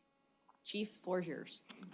Mayor and Council, thank you so much. Normally I wouldn't add to the end of a presentation, but I felt this was too important not to. So if you'll indulge me just momentarily, I would appreciate it. The panel found that officers do not always meet the standards expected by the department or the community and are not held accountable. The project before Fort Worth PD is one of culture change. At the core, what is necessary to create a culture of accountability in Fort Worth PD and transparency to the community. That is what's necessary. These are 2 direct quotes from the presentation you just saw. And Councilmember Beck, as you said, there's some disturbing facts and figures in this report. Digesting this took me a while, but I knew I had to have a response. I took time. I thought about it. I prayed about it. I sought wise counsel. Here's my response. I, as the chief, and we as a department, know we must do better. The panel acknowledged We have made significant improvements. Even so, we realize we still have work to do. I am, and we are committed to that work and to continued improvements. I want to thank the panel for the work that has been done. This is a very well-respected group in criminological circles and law enforcement circles, and we appreciate your time and attention, and we appreciate your honesty. Please remember, this is work that we as a city and as a department asked for. We know we're not perfect, and we want to do better. As a department and as individual officers, we are here to serve and we are here to protect. We're always seeking ways to do the job even better. To that end, the city hired this panel of criminal justice experts to study the policies and practices of the Fort Worth Police Department and to make appropriate recommendations for improvements. I'd like to briefly outline several of these steps the department has taken, some since the last review. So Mayor Pro Tem, it's going to deal with that question you had about no-knock warrants. First, I do want to say the presentation went all the way back to 2015. Whatever's going on now rests on these shoulders and these only. I want to commend prior chiefs such as Fitzgerald and Krause for the work they did with the national initiative and with responding to these recommendations here. I appreciate their work and they should be commended. Some of the changes we've made include revisions to use of force policies to emphasize de-escalation techniques, supervisory reviews and discipline, and clarifications to departmental policies and training on the appropriate use of tasers and force. We modified our disciplinary matrix to clarify that the failure to de-escalate is a violation of policy for which there will be consequences. De-escalation and problem solving are being integrated into our overall training philosophy. We are in the process of implementing the Active Bystandership for Law Enforcement, or ABLE, training in partnership with the Caruth Police Institute. We created a force analysis unit for more thorough, complete, and objective reviews of uses of force. We expanded internal affairs to enhance accountability. We expanded the crisis intervention team to help respond to the mental wellness service needs of the community. We created a community safety partnership whose sole function is to be intentional about creating opportunities for relationship-based partnership policing in the community. We eliminated no-knock warrants except in the most extreme conditions, such as a hostage situation. The policy has been changed, and we now require an advanced review of warrant service requests by a SWAT commander, and that review goes all the way through a deputy chief. We've increased supervisory review of body camera requirements for officers. We're continuing our effective NPO program, but we're also working to enhance the department's community policing services and culture. We have implemented an early intervention system that you heard about before, and we're looking to expand that to do even more. We're working to increase diversity in recruitment, specialized units, and advancements, as well as being supportive and inclusive so that all officers and employees realize they are appreciated and valued. And as you know at this table, we are looking to create a new deputy chief position in the department to highlight the importance of community policing, our community policing units, and to enhance community policing culture throughout our entire department. We have more than 2,200 members of the Fort Worth Police Department team, and I'm proud of the men and women who consistently provide professional service to all Fort Worth communities. The recommendation for more community policing activity by patrol officers highlights the need for improved staffing, and we applaud, again, the City of Fort Worth leadership for taking steps towards those improvements to allow us to do just that. Ultimately, all this is my responsibility, and Dr. Bowman, all due respect, my perspective, the buck is going to stop with me. You're much wiser and much more experienced than I am, but that's the perspective I believe I have to remind myself of the importance of this. I want to say on behalf of the hardworking men and women of the Forward Police Department and the communities we serve, I am committed to this process. As you can imagine, absolute consistency in every instance and every aspect of policy and practice is difficult to achieve in a workforce of this size, especially considering the range of volatile settings and split-second decisions that come with the job. But with this report, these recommendations, and your support, we will continue to strive to be the best of the best. I salute the panel members for their hard work, for enduring a once-in-a-lifetime pandemic as you did your work. As you said, I also regret the fact that you were not able to be in person for more interviews. That could not be helped, given the situation. We appreciate your work. Ultimately, my prayer is that we continue to build upon the progress that has been made and the trust that has already been built. Culture is not something on a poster or words in a policy. I read recently, culture is defined by the words, actions, and beliefs of every member of our team every single day. And that all starts with me. Perpetually building upon improvements will build the desired culture. In closing, a considerable amount of time and energy has been invested along this journey into improving Fort Worth PD's relationship with the community. And we are still on that journey. We're not done. But I firmly believe we will make progress and we will make improvements as long as we are in this journey together. Thank you very much. Thank you, Chief. Any questions for Chief Noakes? No? Thank you both. Thanks to the expert panel for being here today and to city management. This was something that this council really inherited. Lots to think about, probably more review needed. We can come back to this as necessary. But I'm proud that Chief Noakes is our police chief, and I'm incredibly proud of the Fort Worth Police Department. I don't want that to be lost, that everybody has room for improvement no matter what profession we're in. And truthfully, across the country, there are cities that are in crisis for police officers. And it's really hard to keep them from leaving the profession too early or to recruit them to coming in. So we've been really lucky that we haven't had that crisis here in Fort Worth. But it doesn't mean we don't have improvements to make and significant push from this dais. I know that we all share that. So thank you all for working with the city. I think there will be continued relationships here. Thank you. Thank you. Excellent. Thank you. I think that's all. Yes? Any future agenda items, council? Go ahead, Gina. There's one involving police equipment coming up, and I don't know the number of it and stuff, but I want some details on that. Okay. I'm just about worn out, but I had a whole bunch of stuff to ask about future agenda, but I think y'all will know which one I'm talking about on that one. Carlos, Gina, we'll come back to you if you find your list. Okay.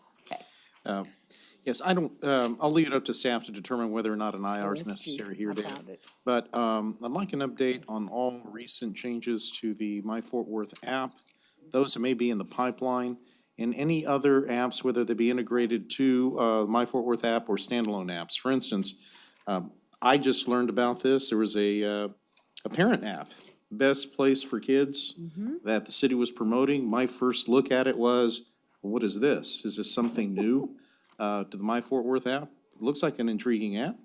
I'm a parent, who knows, may use it. But I was told later that it was being used to cross-promote it. So, Yeah, it's so that's kind of, that's the context. So we'll see. Anybody else? Future agenda? Go ahead, Gina. I found it. You found it? Along with a few others. I do want some information on Operation Progress Fort Worth, and it's happening in District 3, what's going to happen there. But I'm just really not clear about this nonprofit. It appears to be a vehicle for CCPD to be used. And if you're going to address the needs of the people, I'd need to see more representation. I'll tell you my concerns later. I'm not the only one. Heard from some of my folk. Let's see, when it comes, on the police department and violence intervention program, which I support, would like to know, is this the United Way model we've been talking about? I see that coming up. And finally, the after-school program, and we include Keller, Crowley, White Settlement. Be good to know how that is a breakdown as opposed to just a cookie-cutter program, because I think the problems that they may have in Keller ISD are far different than what I see around the corner from me. Thank you, Gina. And Fernando knows I still want to know about diversity training with police. Any other items, council? Go ahead, Chris. Just to add to that last comment, we talked about the civil rights training for the police department. I mentioned it to David already. I think he's looking into it, but I just want to put on the record that we want to make sure that civil rights training is outside of the department. Anybody else? Yes, go ahead, Elizabeth. I'd like an IR on how we create new positions in the city and what that process is for posting and/or interviewing those, and to what positions might be exempt from that standard process.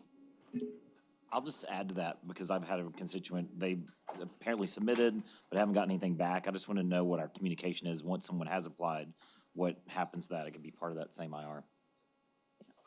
I have three, some of which management may already be aware of. The first is what our current services are for refugees in the city of Fort Worth and how our partnership looks. That's for multiple different constituencies. I had an interesting conversation with Catholic Charities a few weeks ago that kind of warranted this, but also a visit to Clifford Davis Elementary School. The second would be on-site childcare. We've talked about this for a long time. And we have a new city hall coming. I know Tarrant County's been interested, so has Tarrant County College. So let's just re-up the conversation. I think city management's already looking at that. And the last is a much longer conversation. I feel like every time we're around this table, we start talking about data analytics and planning data analytics and the burden on that department. And if you understand nationally right now, that is one of the hardest positions to hire in the private sector. I don't think we'll ever catch up with that on the public sector side. We're going to have to do something more significant and partner differently there, as you know. But what can we do around this table to help lead that prior to next budget cycle? Because it's a significant problem, not just for City of Fort Worth, but for every city. I just don't think we can hire our way out of it, honestly. So that's all. Nobody else? Going once, going twice? Meeting adjourned.